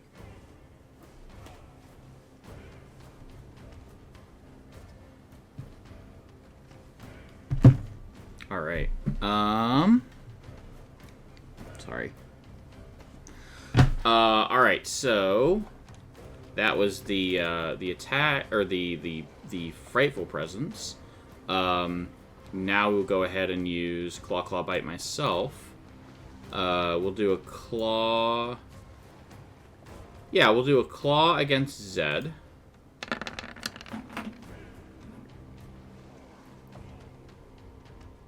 I guess the 26 hits.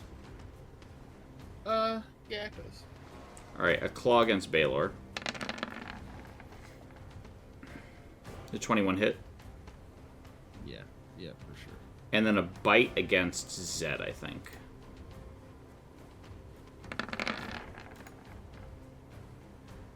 Does a 30 hit? Does a 30 hit? Wait, I'd like to use my tail thing. No, I wouldn't, because I need to keep her here. Alright. Just take... How many damage did I just take? 13 Yeah, 7? Yeah. Yeah. Yeah. No, it'd be 6. 13 and a half, rounded down. And then Zed is going to take 14. Oh, I did the math. I'm Oh. at 21 health. Alright, cool. Hey, it's Zed's turn. Hey, I want to punch you back, because that was me. Get it, son.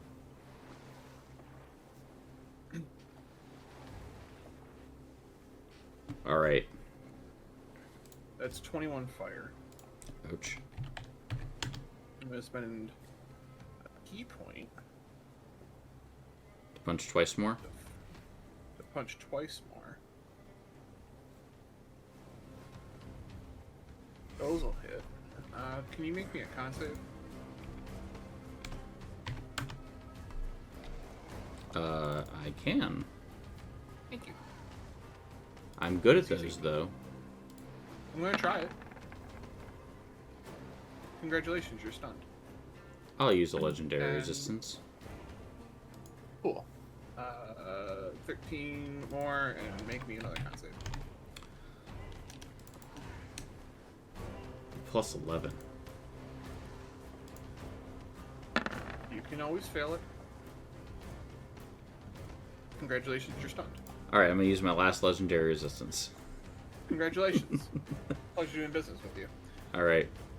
I want that was a win-win for me. So You punch, and you're knocking this dragon to the ground, and then climb on top of it, and then just like punch it in the face a whole bunch of times, and then you hear from the stands a clang as the Jarl's spear comes down again, and he says in giant, "Hold." It's Patron's turn. He said, hold. Mm-hmm. In giant. Do Mhm. you speak giant? It would sound like Dwarvish. So roughly understand hold? Yeah, you know what? Make me an insight check. Insight's good for this. nope. Nope. Is talking a free action? Yeah. I'll just echo it in common. All right, then I raise my hand like I'm about to shoot, and then like, what? What? Okay, so we're stopping. I hold up my hand with a finger of death, getting ready to shoot. No, Let's disintegration, go, right? buddy. Let's go. Oh, I thought you meant like actually finger of death power word kill. All right. So Not as you beat up on this person, these two frost giants will come down.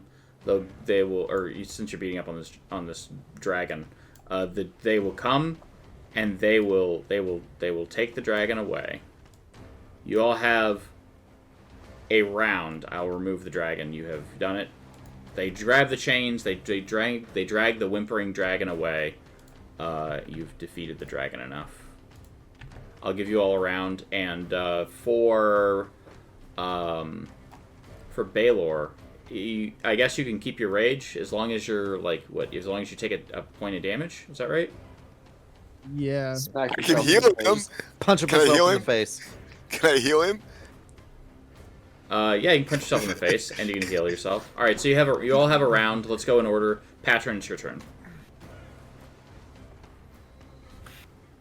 I mean, I just do nothing, really.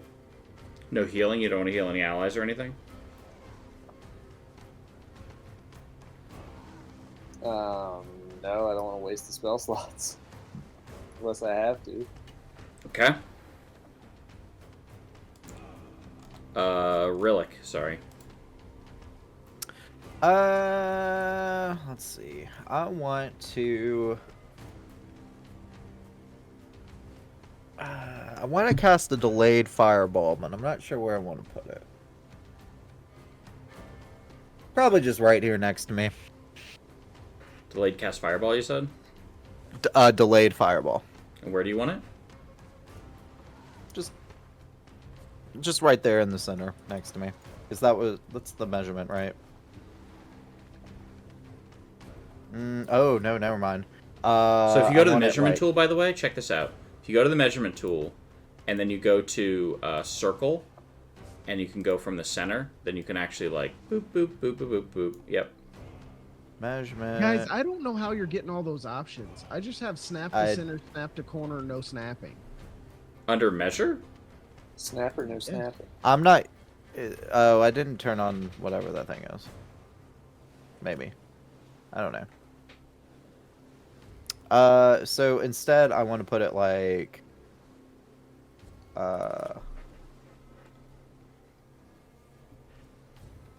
like 2 squares above Z.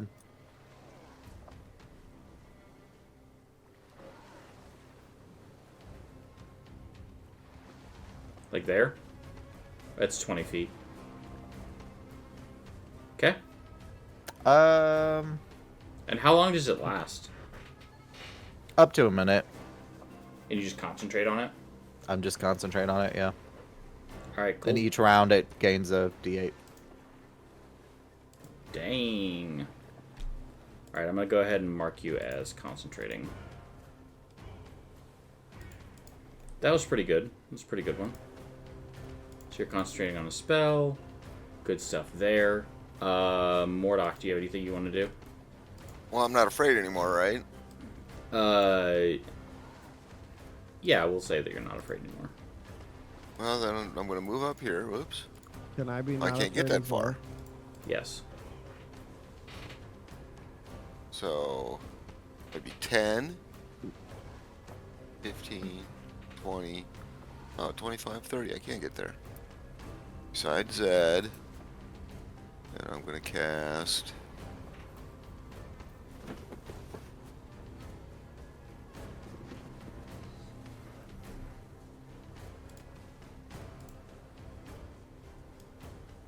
I'm marking starry form.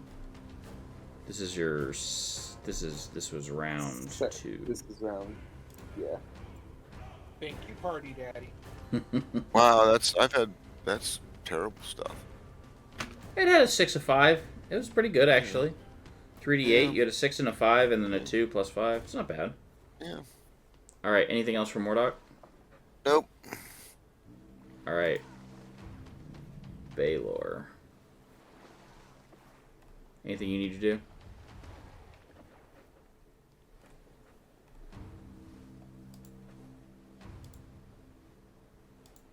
I've been muted. I'm so sorry. No worries.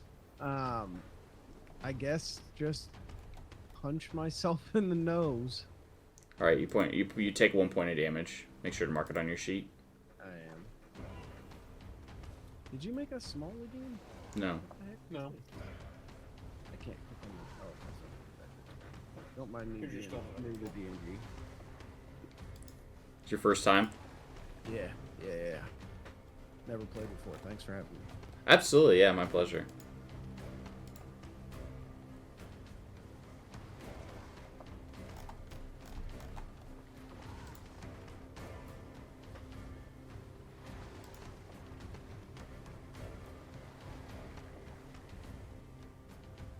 That's it, by the way. I'm done. All right, Zed.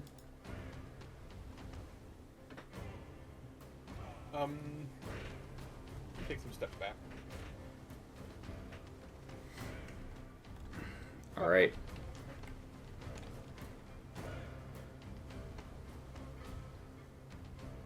All right, so I'm going to go ahead and put us at the top of the order, which means that Rillick will gain 1 to your fireball, right? It's at the end of my turn. Okay, well then I'm just gonna reset the order for this, so it won't affect. It shouldn't affect anything. So the Jarl says, "Send in the terror of the glaciers. Let them feel fire and ice." And the doors open on the sides, and 2 multi-legged, terrifying creatures come out from each side. Know what these are. Absolutely not. So there's one in the north, and there's one in the south. Fun fact, in another life, I was once swallowed by one of these things and killed it from the inside.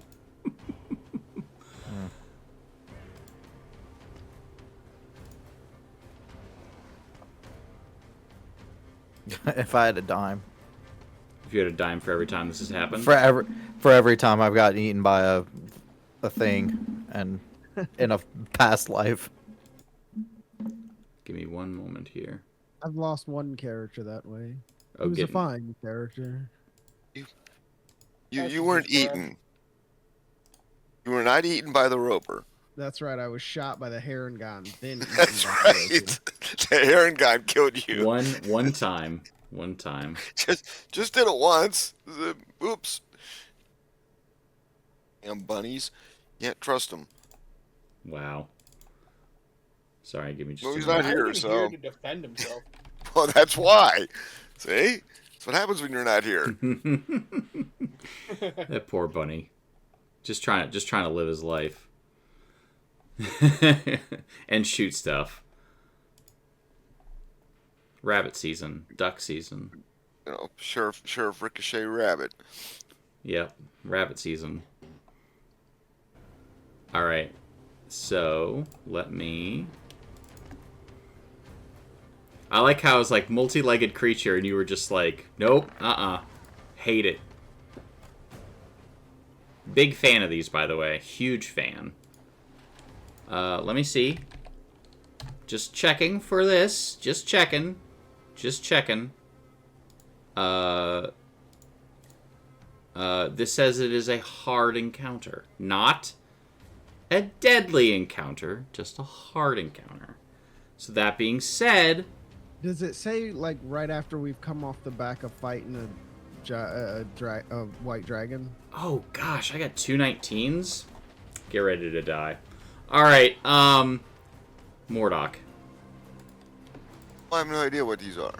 Please, buddy, please heal me.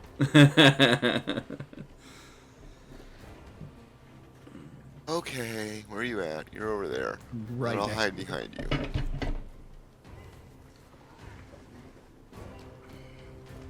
Wow, well, I'm just burning up all my spells. Where's it at? There it is.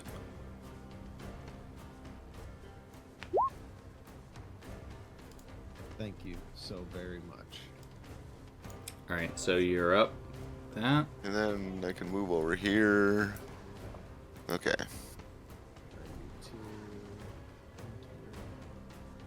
You have 92? You wanted healed? Now he has 92. I have 92. I had 74. I burned a spell plot when you were... Okay. It's fine. It's fine.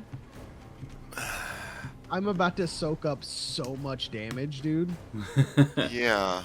Anything else? Anything else from Mordock? I curl up in a little ball and hide. Baylor.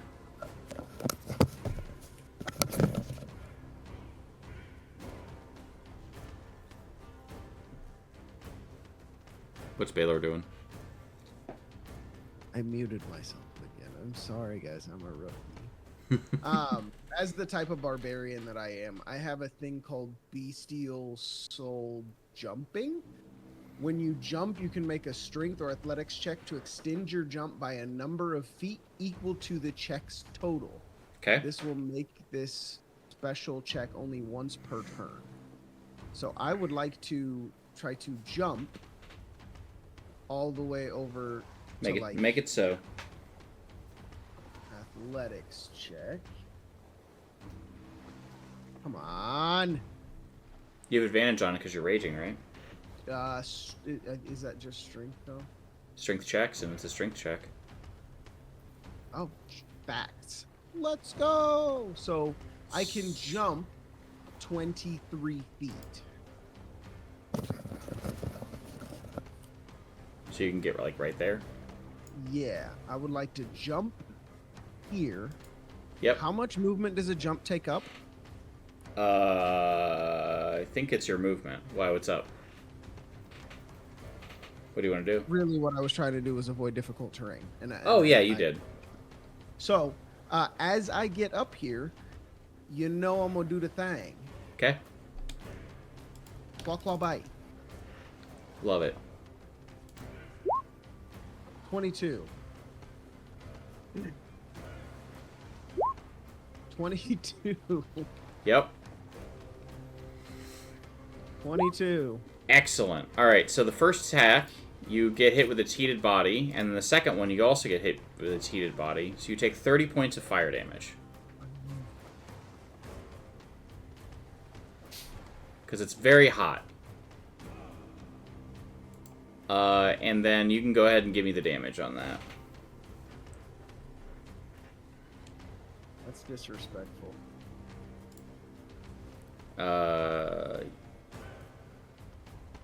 18, 25, is that right? Alright, I've taken 25. Alright. The creature, the creature up here squeals and is gonna start running toward the party. How fast can it move? Oh, shoot. We'll see. Probably not that fast. Let's see. Hang on a second here. Oh, you're talking that one over there. I thought Yep. you were talking about the one right in front of me. Ignore that Hazard one attack, everybody. Gotcha. All right. So this one is going to, it's going to start with its claws, digging into the earth, and vanish, and burrow somewhere.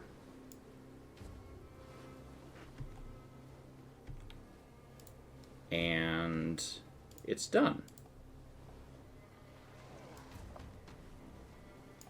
And then this one, it's gonna turn around and look at you with its bug-like eyes, and it is going to try to bite you. And then it's gonna try to swallow you next turn.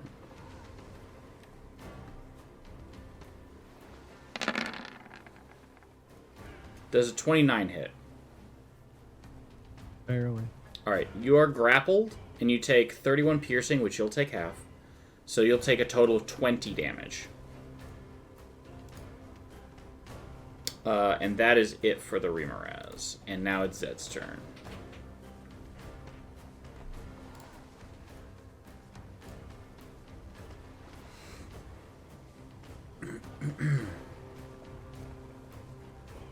Alright, fine. I am going to use a key point. The Step of the Wind is a bonus action to dash. Doing so, you'll see these magical little wings, little spectral wings come out from Zed's sides, in which I'm going to fly over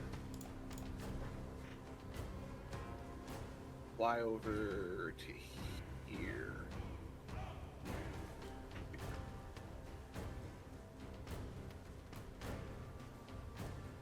And then I'm going to proceed to do some Breath of the Dragon. Would you mind doing some dex saving for me? I hate it.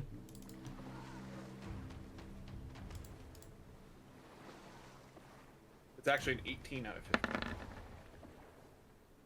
Is it save or suck? It is. It's half, right? Nope, it's half. Okay. So he'll take 5. Okay. What kind of damage is it? It's gonna be some cold damage. It does not seem to be affected. Weird. Well, we'll do it again. Another dex stat or dex save? Yes, please.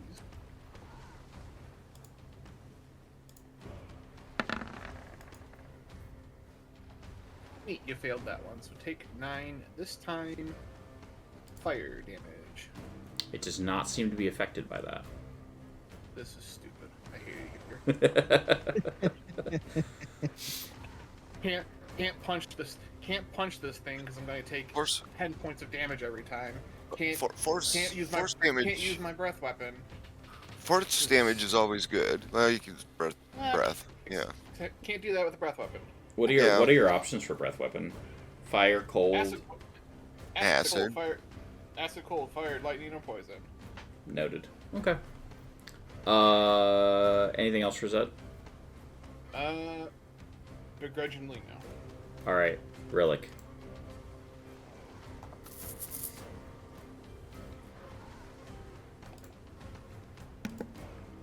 I am going to.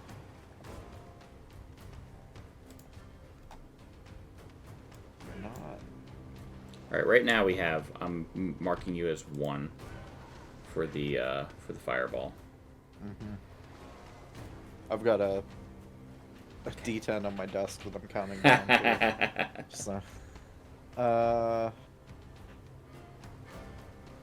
well, these guys are not something I want to fight. Can we just skip this test? Can we just skip this test? I'm absolutely useless. Yeah, you and we have to kill him with ranged, which makes 2 of our party. Kill him with range. My range did absolutely nothing. You picked the wrong damage. But didn't know. No way of knowing ahead of time. There's No nothing way I can do. of knowing.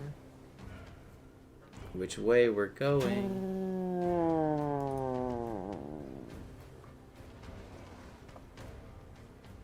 Alright, so I think I'm going to... I think I'm actually going to go run over here.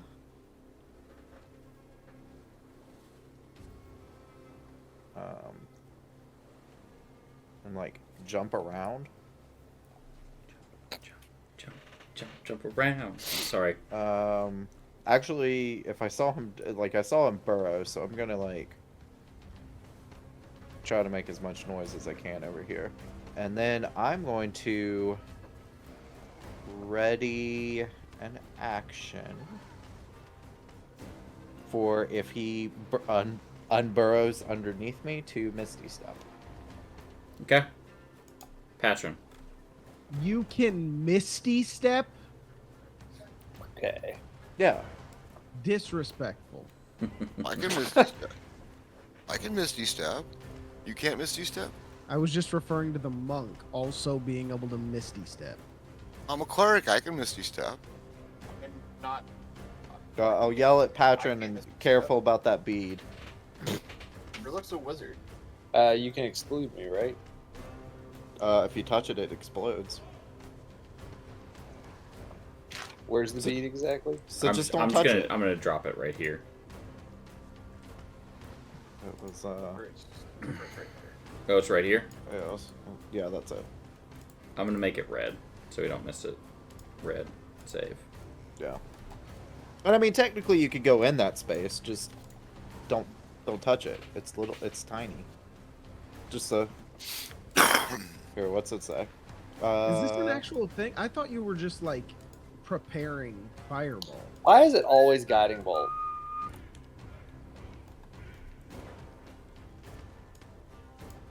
Did you just crit someone?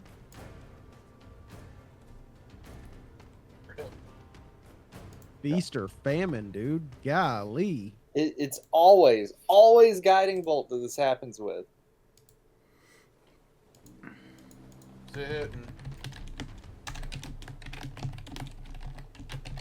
Hang on a second. Who do you think it's hitting? hope it's me. No. No, we're not doing that. So... Like, never mind. We don't want to go to 20. Just wipe us. It's fine. We're not doing that. I'm me unconscious on the ground. Me unconscious on the ground is the same effectiveness in this fight as me standing here. So like, I'd rather take the damage than someone who actually is useful in this fight to take that damage. Well, it's either Baylor or you, because that's the direction I'm aiming. Is that one down there? all right. So I guess 25 damage to Zed. And thanks for watching Night Divinity. Night Divinity said they're going to bed a little bit ago. Night Divinity. You'll watch this again, I'm sure. Yeah. So the 23, does that hit the thing? 23 absolutely hits. Well, it'd take 18. Okay, we'll absolutely take all That's 18 my damage. Mordok.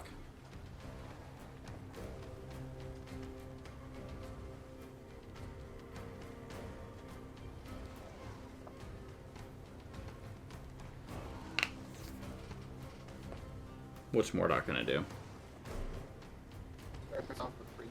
Sorry, I'm sprouting wings and flying up 30 feet.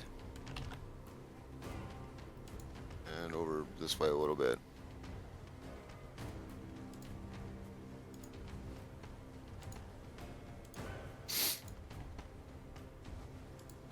You said you're flying? Yes.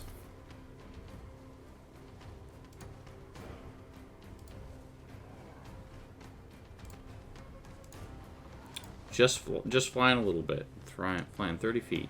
Okay, you've done it. You've flown 30 feet. I'm allowed to fly. All right, Baylor. You're in its mouth. It's gonna eat you. I'm having horror Can I try flashbacks. to get out? You can try and escape, or you can claw bite it, or hazard on it, or whatever you want to do. I didn't know that I could do that while I was in its mouth. Yeah, you can. You can also let it swallow you and hit it from the inside. Yeah, and catch rounds of fire damage every time? Acid. No, dog. Yeah. No. Hey, trust me, it's way more dramatic when you burst out from the bug guts. Well, regardless, Right. I'm gonna roll 2 Hazarwan hits. Okay, roll to hit. Does a 22 hit? Absolutely. Love it. Are you... And a crit? Man. I'm in its mouth. It's hard to miss. Don't I have advantage? Only if you recklessly attack. It already has me in its mouth.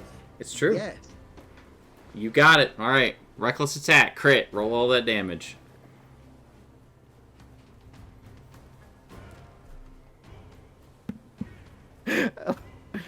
I like that. It's already in his mouth. Of course. Yeah, absolutely. I'm just flailing. So, I'm still trying to figure out all the damage. 1 million. It should be... I just see so many numbers! Yeah, hold on a second. It's so much. I don't know what's going on. I think it's 24. It totaled it. Did it? Totaled it. Totals? Okay. 27, and then 7 total crit. Alright, so... Yeah, also 27. But it did a bunch of different damage. Yeah, for some reason. So 24 on the first one. I'm just going to do that. Minus 24, and then minus 27, and then minus another 7, which is a huge hit, by the way. Okay, anything else for you? No. Alright. What did Patron do? I can't remember. Oh, you guiding bolted it. No, I guiding bolt with Zed. Or just feel like a jerk. Anything else for Baylor? Before he gets swallowed? Oh, and that was 2 hits, so you'll take... whatever it was. With my sword. 20 points of damage. It's a melee attack. Yeah, 20 points of damage. Hits it with a melee attack. I hate this thing with my entire being. Me too. These things are disgusting. 20 points of damage, did you say? Yeah. I hate this. You're raging, so it's only half, right? I'm gonna need a pocket mercy right now. Fire damage. It doesn't actually. Yeah, Remoras are nasty. Yep, they do so much damage. All right, so unless you hit them from range, which is why I'm up in the air. Hey, real quick. Rillick, trigger. I'm going to Misty Step. How many feet away can I go do that? 30. 15. I think it's 15. No, it's 30. 30. All right, so I'm gonna go over here and be in the air. Oh, because you can fly. I was like, how? Oh, that makes sense.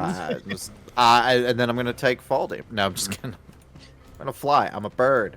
So I learned one of my favorite things. So do you know how long Eric Coker live? No. It's like 20 years or something. Venerable is 30. Yeah.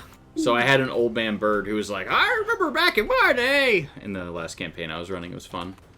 I think Zed was there for that. I was there. All right. Well. Hi, Patron. We're gonna do a bite. I knew it, you son of a... Call!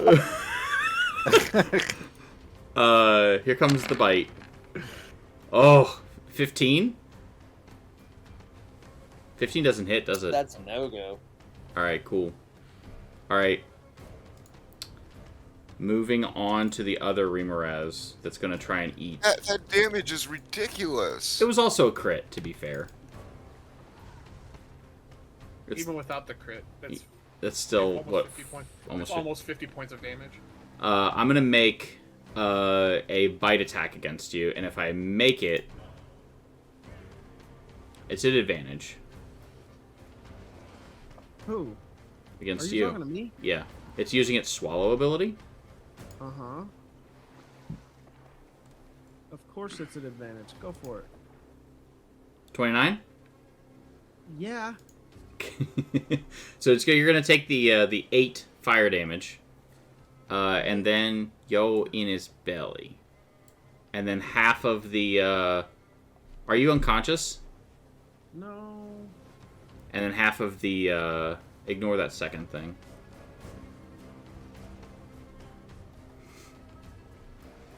So you are blind, restrained, and have total cover.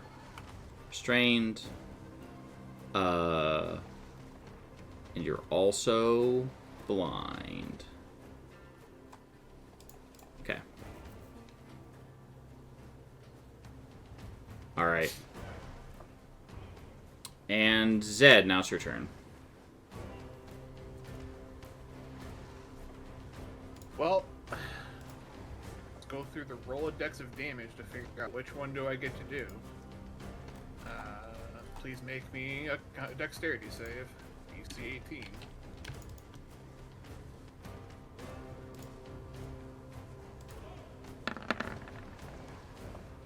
No. Cool. Take 14 acid damage. It takes all of it. Mm-hmm. Yay! Let's do it again.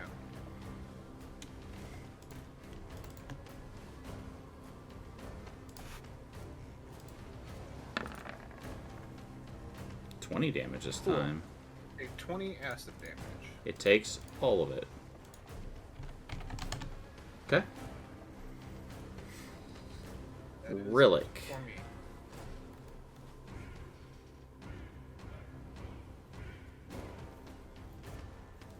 Alright.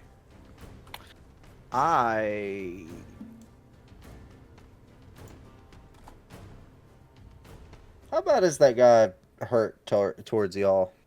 Pretty rough. Pretty rough.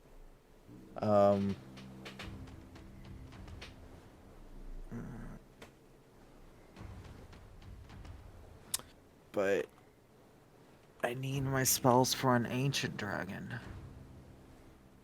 I think because of how well this is going, and I'm taking the dial and turning it back towards the knot, because there's still another fight after this. I have no qualms in this instance. I'm going to give the party a long rest after these 3 fights. Okay. Well, in that case, let's Well, when you put it like that, let's do this at that guy that's hurt. I'm eating my friends. just gonna disintegrate him. Yeah. I have to make a con save. I hate everything about that. It's a dex save. Watch I make it. Almost. And if I fail, I take all of it. Yep. All of a sudden, Baylor is covered in Rimaraz dust. Okay. Listen. Yes. Nice. Anything else for Rillick? I need to do something to try to help Patron.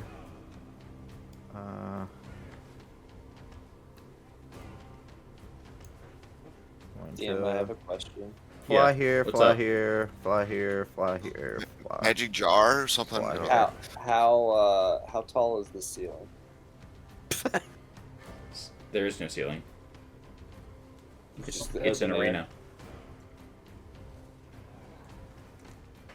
We pulling down some lightning. Anything else for Rillick? I moved, and that's it. Alright, so you're still concentrating on a spell. I think we're at 2 now, right? 2 count for the fireball? This is 3. This is 3? 3 for the fireball. Yep. Done. End of my 3rd turn, yep. Alright. Patron. I've never wanted to squash a bug more in my entire life. Okay.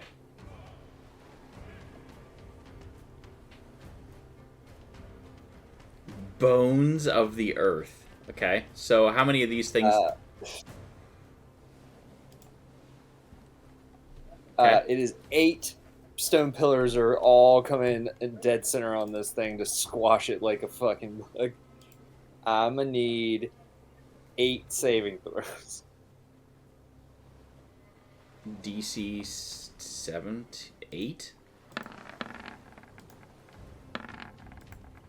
He says y'all gonna have a long rest, and we're like, 1, oh, 2, okay. 3, 4, 5, 6, 7. Alright. And 8. Did I miss the we get a long rest? Okay, Yeah. so he gets hit by 8 of them. Yep. All No, 8. one of them I saved on. Okay. I saved 7. DC 7. I saved on 1, 2, 3 of them. 3. So 5. So 5. Okay. So that first roll I had, then 4 more.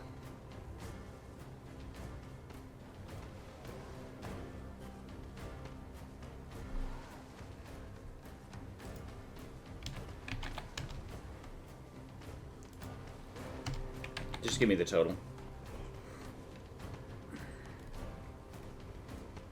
Please.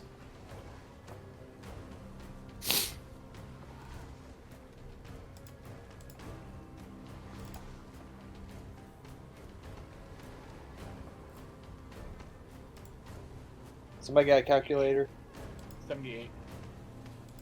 Jeez, so many. And it's restrained. If it's still alive. It is still alive. It is still It is alive. pinched between 5 pillars, dead center on mass. All right. Anything else for Patron? It's an action to use the careful backup, right? Or is it just 1 square if it's not? To do what? No, not anymore. No, not anymore. I'm confused. What do you mean not anymore? You're talking about like taking a 5-foot step that doesn't exist anymore. Yeah. Oh, it doesn't? What? So there is no careful get out of combat? Mm-mm. Unless you are using an action to disengage. Okay. Okay. Then I guess I am where I am, and it's at disadvantage to shoot a Starry Form Archer. Okay, go ahead.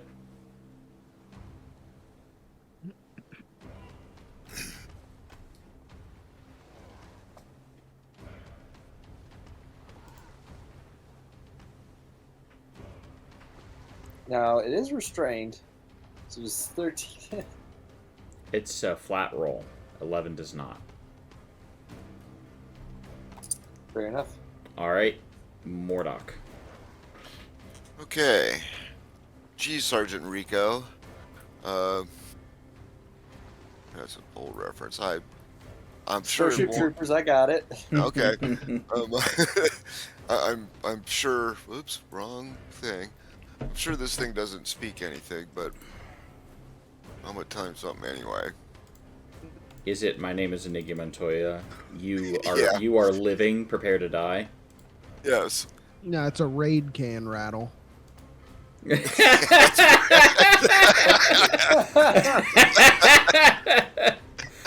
First off, yes.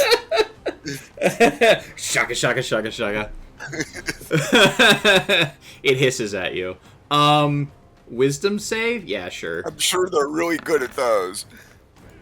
Oh, no. Today. Yeah. So take 22. All right, And then well. I'm gonna move over here. Get a little closer to these guys. Since we're gonna get a long rest, I can heal them. Go.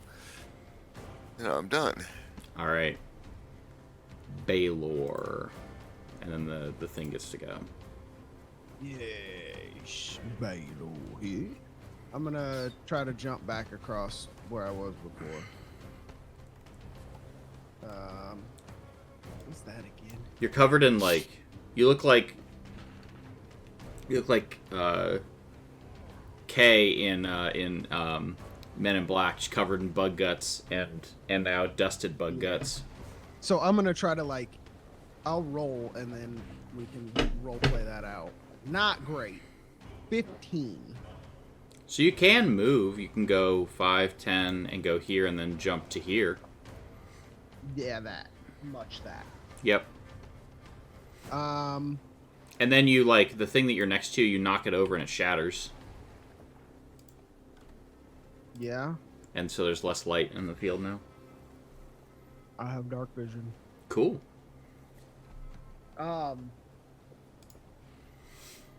Dang it, man.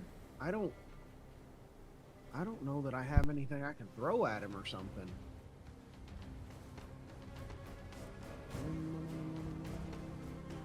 I don't have anything. I have a light I have a heavy crossbow. Would I have the ability to rip that out and fire a shot? That's not gonna save rage either. Make an attack, right? Yeah, but I can't make an attack from here. Rumores check in, but they don't check out. Yeah, you can do that. You go ahead and rage and... That's an attack. Can he not make an attack? No, that's what I'm trying to figure out. Will shooting a heavy crossbow maintain my rage? I think it will, yeah. It's an attack. Okay, so I would like to do so, please. Okay. I just imagine you being like, I'm so angry! Ah! Ah! Crank, crank, crank, crank, crank, crank. Ah! And you still miss. And anything else for Baylor? No. Well, you know what I don't like? Getting smashed by Bones of the Earth. I didn't like that at all. So I'm gonna try to bite Patron, I think. Yeah, at disadvantage. Probably miss. Watch, should we just get a crazy crit or some nonsense? Nope. Negative. The 16's a note, bud. Oh. I was like, man, I think I got him. That's a lie. I didn't think that at all. No one did. Not a single person. Alright, Zed. Oh, someone's trying to say something? No. Oh, okay, sorry. I got nothing. I'm just gonna.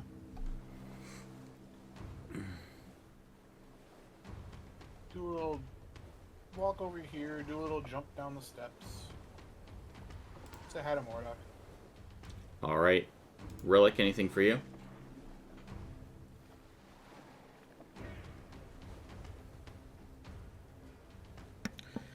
Don't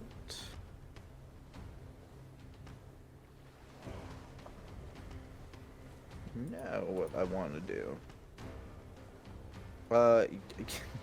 Yeah. Let's cast a level 1 magic missile.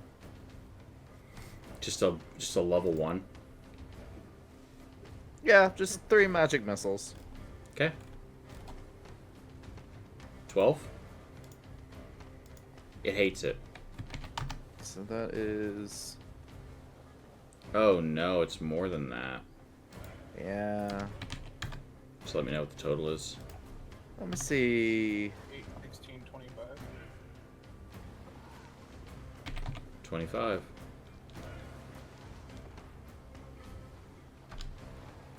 Yep. So many. Let me check. Hold on. I'm checking empowered evocation. I think it already added. It adds it to each one. It adds it to 1 damage roll, though. I feel like it adds it to multiple of them.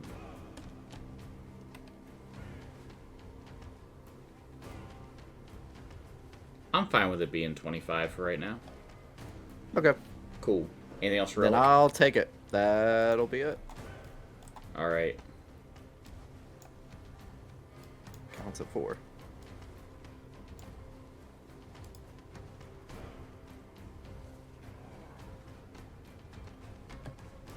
Okay. Patron. Alright, I'm still up in the scout space, right? Mm-hmm. So it's an action to what? Move 5 feet back? Yep. Or however many feet. Like to disengage. You can move whenever you want. And you might as well move away from it. You can take the attack of opportunity? No, I'm asking about the disengage. Yeah, it's an action to disengage, and then you Yeah. can move back as far as you want. Yep. Okay. And then you're going to Starry Form Archer as a bonus action.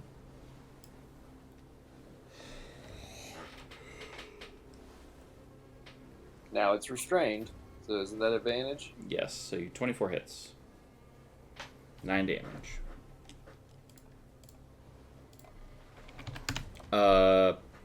Anything else for Patron? Nope.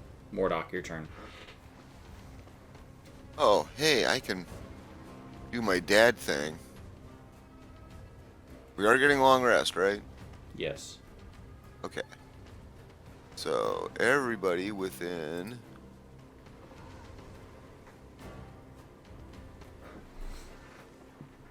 Oh yeah, I get everybody.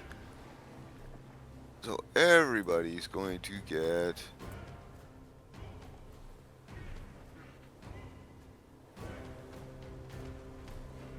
that much. Everyone gets 19. Wow, that's terrible. It's like stat average. Yeah, I guess. That's other than... Well, I got a 1 and an 8, so... You got a 1? Everybody gets... and an 8, so... And a some 5, which is like average. Yeah. Yeah. Mordok is done. Alright. Baylor, it's your turn. Yes, indeed it is. I would like to close the gap.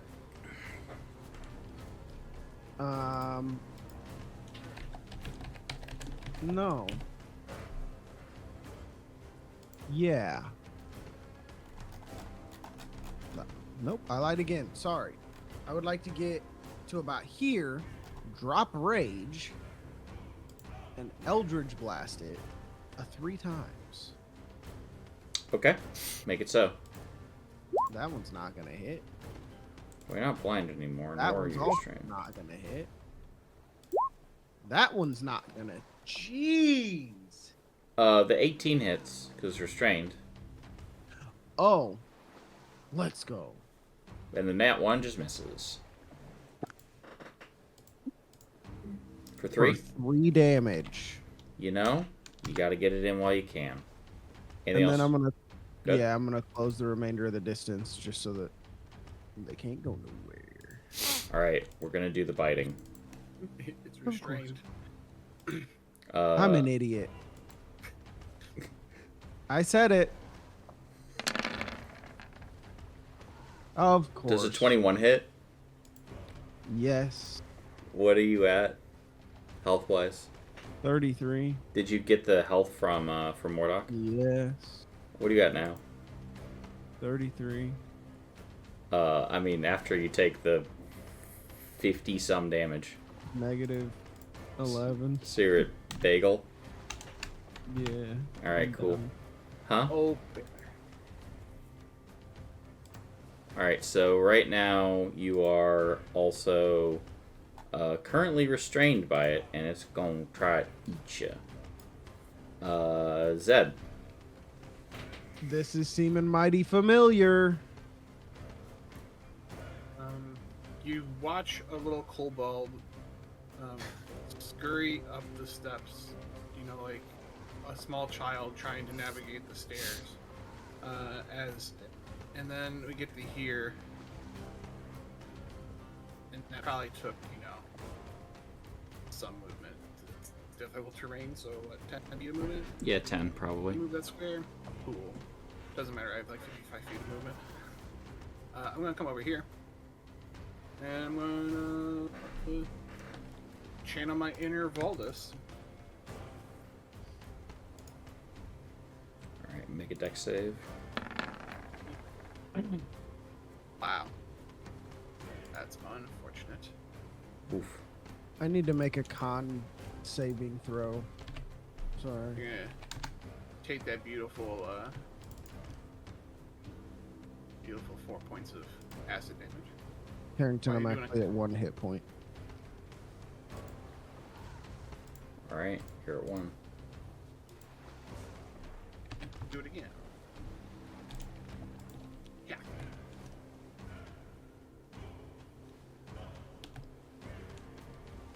All right, so another dex save, probably not good. Take 9 acid damage. Done. All right, Rillick.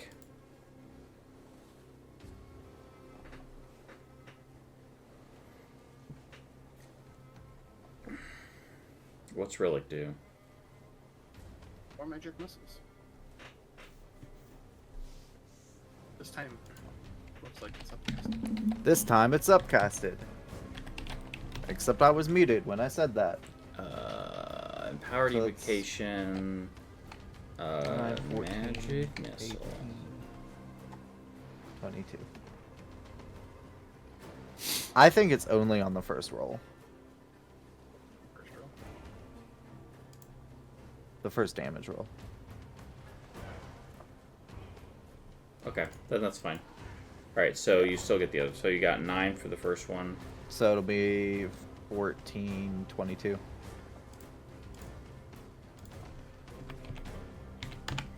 Okay. Anything Still- else for Relic? No, that'll be it. How many points are we up to on the upcast? That was 5. So we're at 5 right now. All right, Patron. Don't know if we're gonna make it, guys.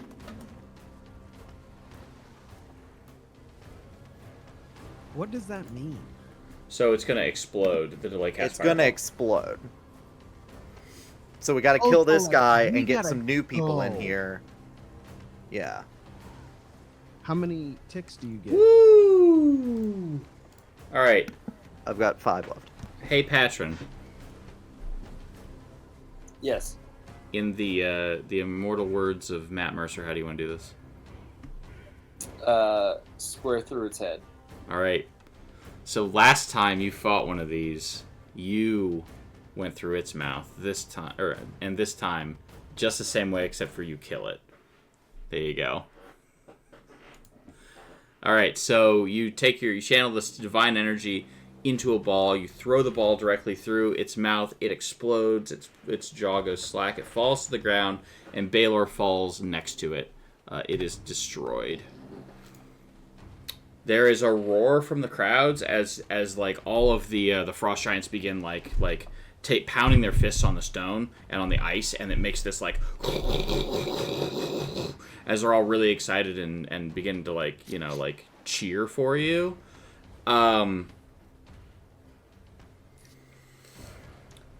The Jarl puts up his hand and says, "You have defeated my pet. You have defeated the flame and ice worms. But are you prepared for the terror of the spine of the world?" And with that, this circle here begins to open. And see you, Baylor. And a cold wind begins to open from it. You hear a screeching from beneath it. And I'm sure it's fine. Baylor takes a step back. And I'm actually going to change a feature on this one. But boom. An ice worm crashes through the through this. It trills and chitters and regards all of you, and then kind of lets out this like this roar from it, and that is where we're gonna end it for tonight. Still delayed cast fireball. Yeah, remind me I have a bonus action for that thing when we come back. Alright, we will start right here. I will roll initiative for it next time. This is a great place for us to stop. Nice little cliffhanger here. So, just a reminder that this Saturday, we have our next 12-hour marathon with all the proceeds going directly to benefit our local children's hospital via the Extra Life charity. If you'd like to donate, you can go right here to extra-life.org/teams/open-heart-games. And you can donate however much you want. If you can only afford $5, donate $5. If you can afford 10, give 10. Whatever you can afford. If you can't afford to give anything, give us a signal boost. Just let us know what we're doing. You can share this link. Let your friends know that we're going to be doing a 12-hour marathon of Dungeons & Dragons. That helps out just in so many ways. Even just giving the signal boost is enough. So thank you all so much for all your support. If you like what we do here at Open Heart Games, you can help us out in several different ways. You can, as I mentioned, donate to our Extra Life page, which goes directly to our local children's hospital, Roanoke Carillion Children's. You can also follow us on Facebook, on Instagram, on our YouTube channel, or here on Twitch. You can also subscribe to our Twitch channel, and if you have an Amazon Prime account, you also have a free Prime sub that you can use. Doesn't cost you a dime, and you can subscribe to this channel if you like what we do. So, does anyone have anything else before we sign off for the night? See you Saturday. See y'all Saturday. All right. Thanks so much. See you Saturday for the marathon. We are chasing down our goal of raising $5,000 for charity, and we definitely need your help. We will see you there on Saturday. Take care, and take heart.